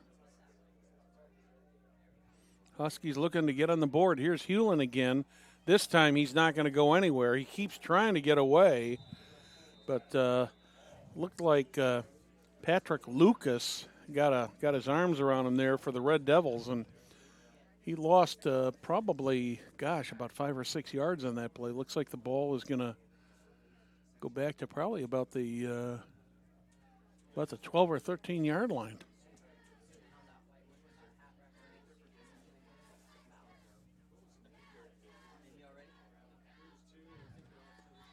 It'll be 2nd and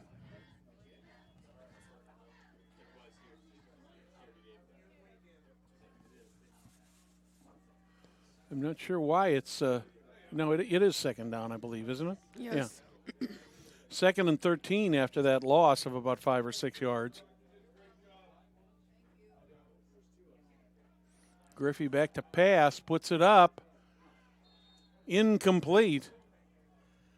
I think that was headed for Tuma. And it'll be third and goal from about the 13-yard line. This running clock sure makes a quarter go fast, doesn't it? Yes, it does. Seemed like it was a minute ago when it started.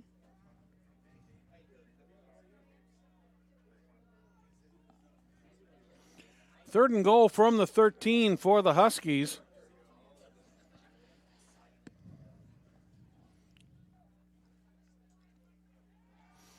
Pass. Incomplete once again. Intended for Isaac Tuma. And that'll leave the Huskies with a fourth and goal from the 13.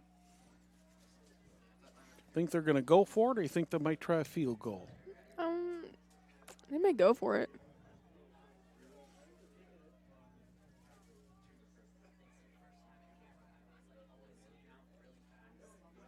Looks like they're going to try the field goal.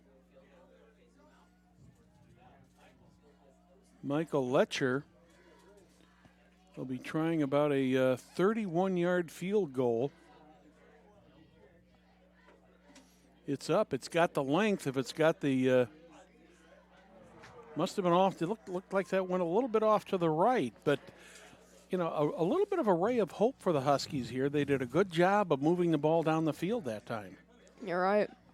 Did a nice job of mixing up the plays in that. So with that, the ball will go back, I believe, to the 20, where West Lafayette will take over with 1:57 and a running clock here.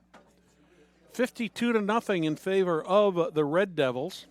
I'm Brad Silbert along with Autumn Whitson. Autumn, it's nice to have you here. Thank you. We appreciate you being here tonight and hope you've enjoyed the experience.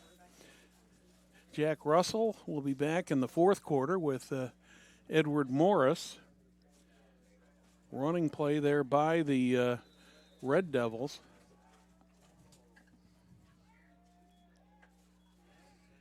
Looks like they gained about 2 or 3 yards here. I'd be surprised to see them put the ball in the air anymore tonight. No need to risk an interception here.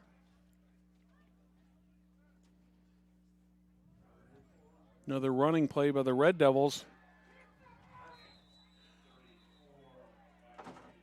And that's Colin Martin, the ball carrier.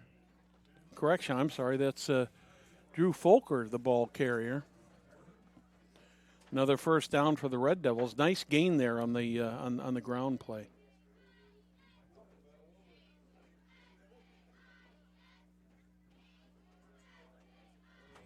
Once again, Bryce Ryder, the ball carrier. Red Devils do not have to run another play. They can run the clock out here, but we'll have to see what they decide to do here.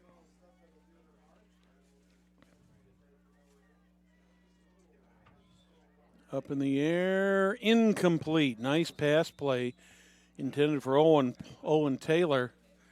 It's going to be 3rd and 8, and that is going to be the end of the third quarter.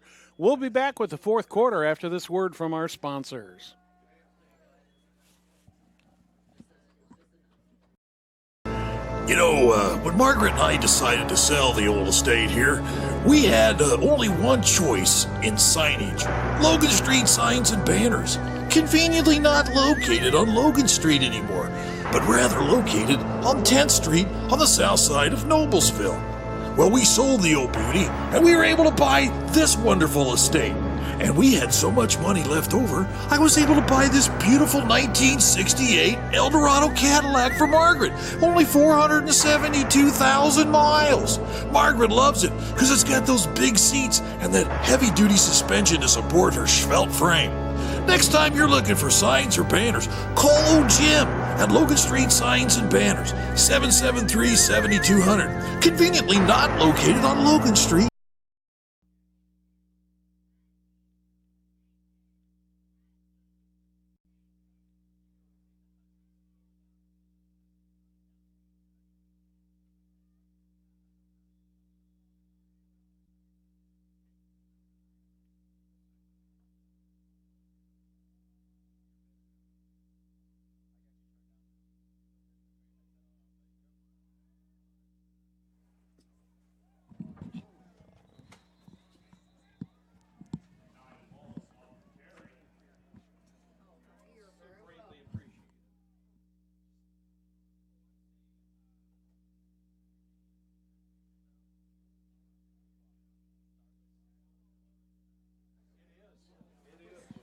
Hello there, I am Edward Morris. I will be doing the play-by-play for the fourth quarter of the football game. And I'm Autumn Whitson. I will be commentating more. West Lafayette has the ball. All right, it is 4-1. And there has been a timeout.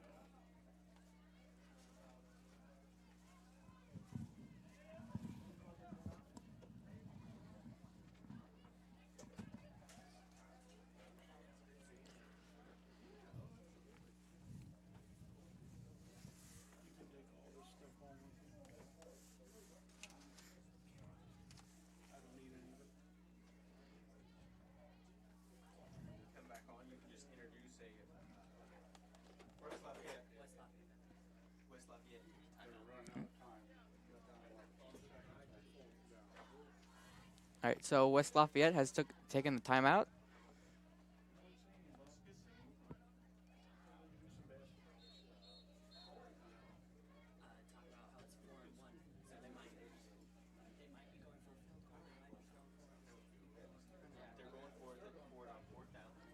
right, they're going forward on fourth down.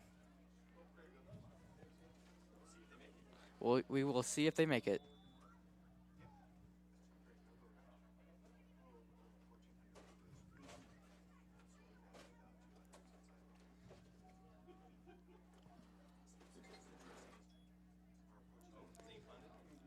Westfield has punted.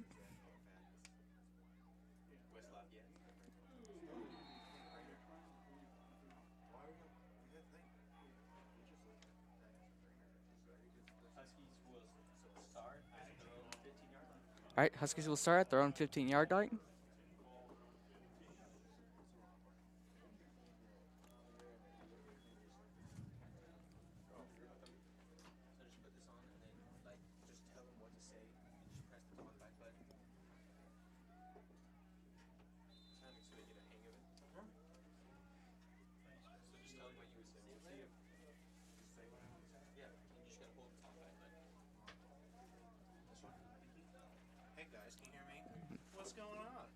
Hello. Alright, what I usually try to do here is set up the play. So what you'll do is when Griffey comes back out, you guys have your sheets already. Griffey, the quarterback, King is usually the running back. But I usually set up the play. So what I do is come out of this. I'll do one real quick so you can.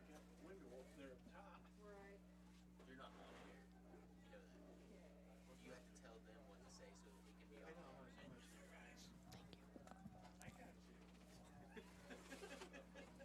Alright, usually I would say something like this. 3 on the near side, 1 on the far side. All right, 3 on the near side, 1 on the far side. Griffey and pistol formation. Griffey in pistol formation. Number 32 is running back. Number 32 is the running back.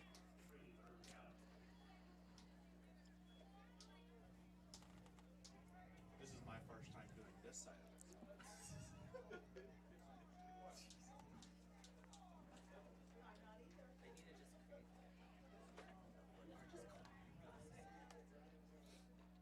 All right, same layout here. 3 on the near side, 1 on the far side. Griffey, the running back. Or Griffin, It'll be the same layout here. 3 on the inside, 1 on the outside, and Griffey will be the running back.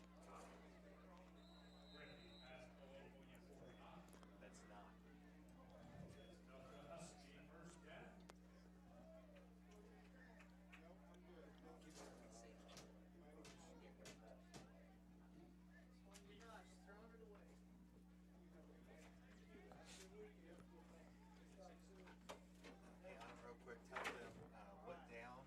So the first and 10, ball on the 31-yard line, approaching 8 minutes. Can you hear me? Can you hear me?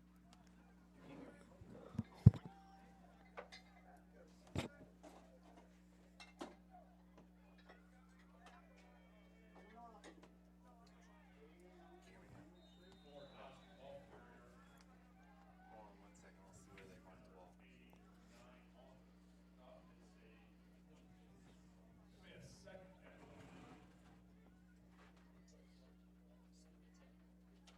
All right, let them know it's 2nd and 10. And it- Ball on the 31-yard line with 7:40 left to play in the fourth. It is 2nd 10 and ball 40. It's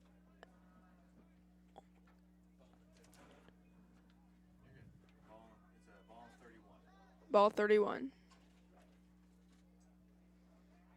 number 32?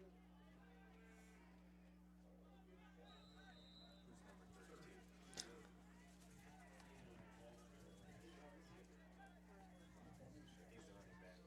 That would be Sam Mons. I'm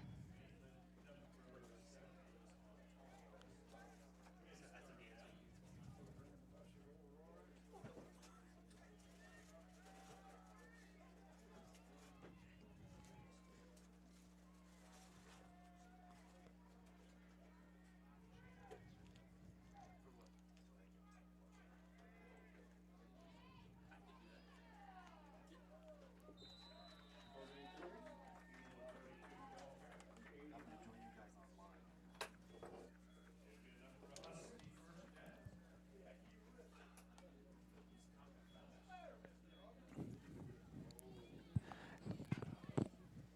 All right, here, 3rd and 4. Excuse me, it's going to be 1st and 10, ball on the 48-yard line. 6:20 left to play in the fourth here.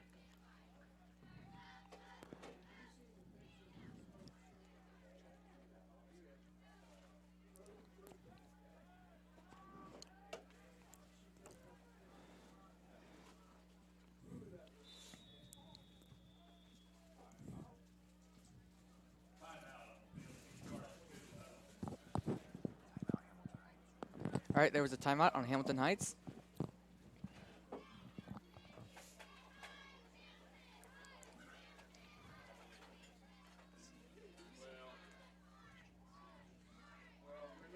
All right, so we're here tonight again at Hamilton Heights for sectionals, West Lafayette, and I've got a new crew to my right. How are you guys tonight? Good. You guys doing all right? Good. So you're going to be in, like the broadcasting type stuff. Yeah. I'll tell you, I've been doing this. Will's had to put up with me for the last 5 years already, and I'll tell you, it's a lot of fun being able to call some of these games. And we do basketball, we do volleyball, we do football. It's pretty much a year-round for us, all across. The cool part of what we get to do, though, here is we get to go all across Hamilton County and call these games for high school kids. Down the sideline to Knott. There we go. First touchdown for Huskies.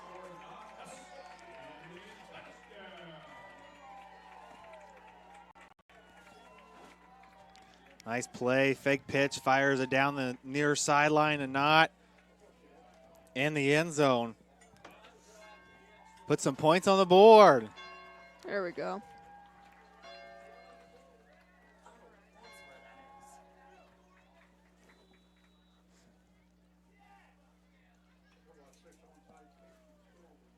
Now all I want to do is go down there and ring the bell.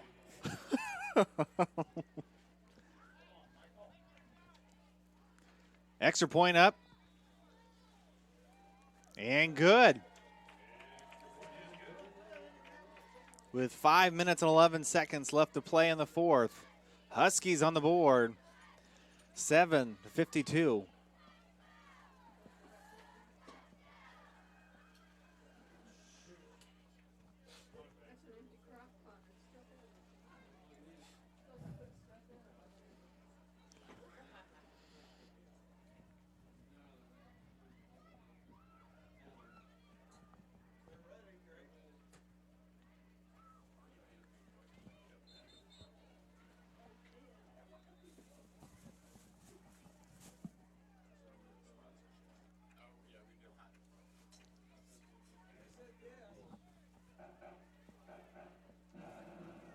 right here.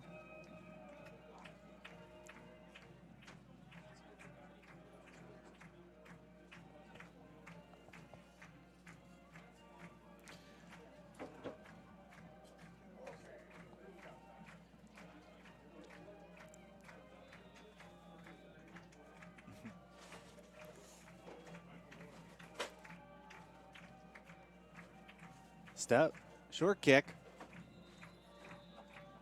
Still recovered by West Lafayette. So you guys have now made it through. We're only 5 minutes left in the fourth. So far, have you learned a lot here tonight? Yeah, I would say so. I have, yes. Yeah. Honestly, You know, what's very interesting, I always find, is that a lot of people don't know how much goes on behind the scenes. The two people to my left here have a lot more work than me having to put a headset on and talk, but it is definitely a lot of fun. And for you guys, outside of this, anything else that you guys do over at Hamilton Heights? I am in the band. Awesome. Okay, so what do you play? I play the tuba. There you go. I'm in BPA, Speech Club, and Art Club, and Awesome. I recently tried out for Color Guard, but I haven't found out the results yet, so I'm praying that by next week I can find out if I made There it. you go. My wife is a she'd be mad at me, Westfield High School grad, and she was in Color Guard. It's fun. Yeah. It's light workout, so, it'd be good to do every day. Yeah. Yeah. I always tell people, especially with Color Guard, whether it's that there's a sword and there's the different pieces, and we actually have all that in our garage still. So Really? yeah, so sometimes she'll go out there and Yep, it's saw braids, rifles, and flags. yeah, oh yeah. Yep.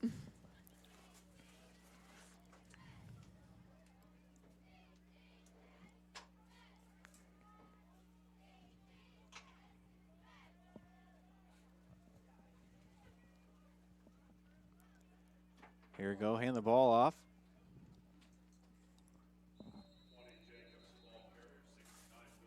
Gain of a couple.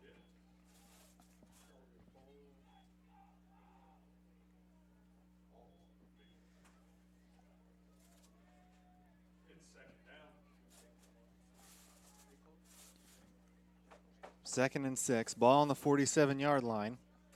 Approaching 3 minutes left in the fourth. Shotgun formation. One on the near side, two on the far side. Gets the call from the sideline. Gets into shotgun formation. Looks, fires, throws. Caught.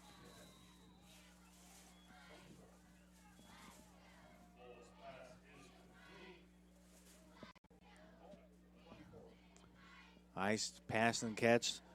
Looked like the number 24, Blankman, for the Red Devils.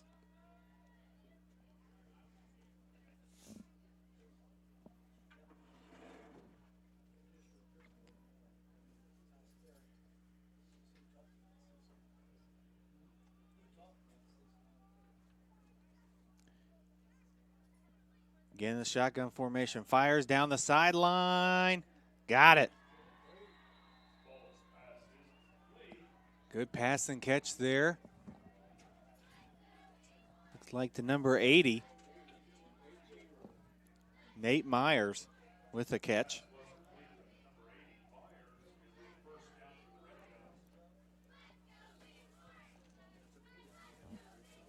Under 2 minutes left to play in the ball game.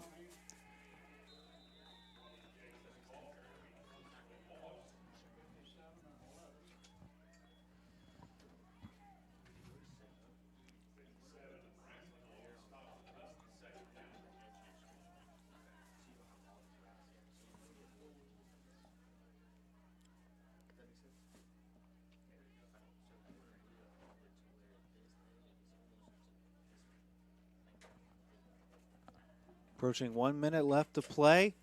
Looks, play action, fires, throws.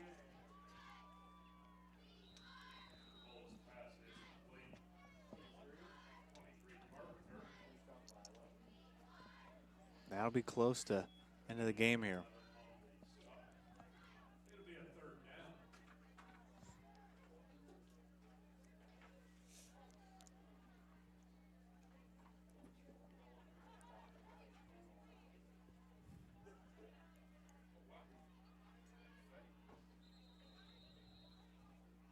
It's going to be close. Yeah, but it looks like they're just going to wind the clock down here. And with that, the final score, the Red Devils of West Lafayette 52, the Hamilton Heights Huskies 7. Want to thank everyone for watching here tonight, and want to thank you guys for being a part of this, and You're welcome. we appreciate it. So from all of our crew with Hamilton County Television, thank you and good night.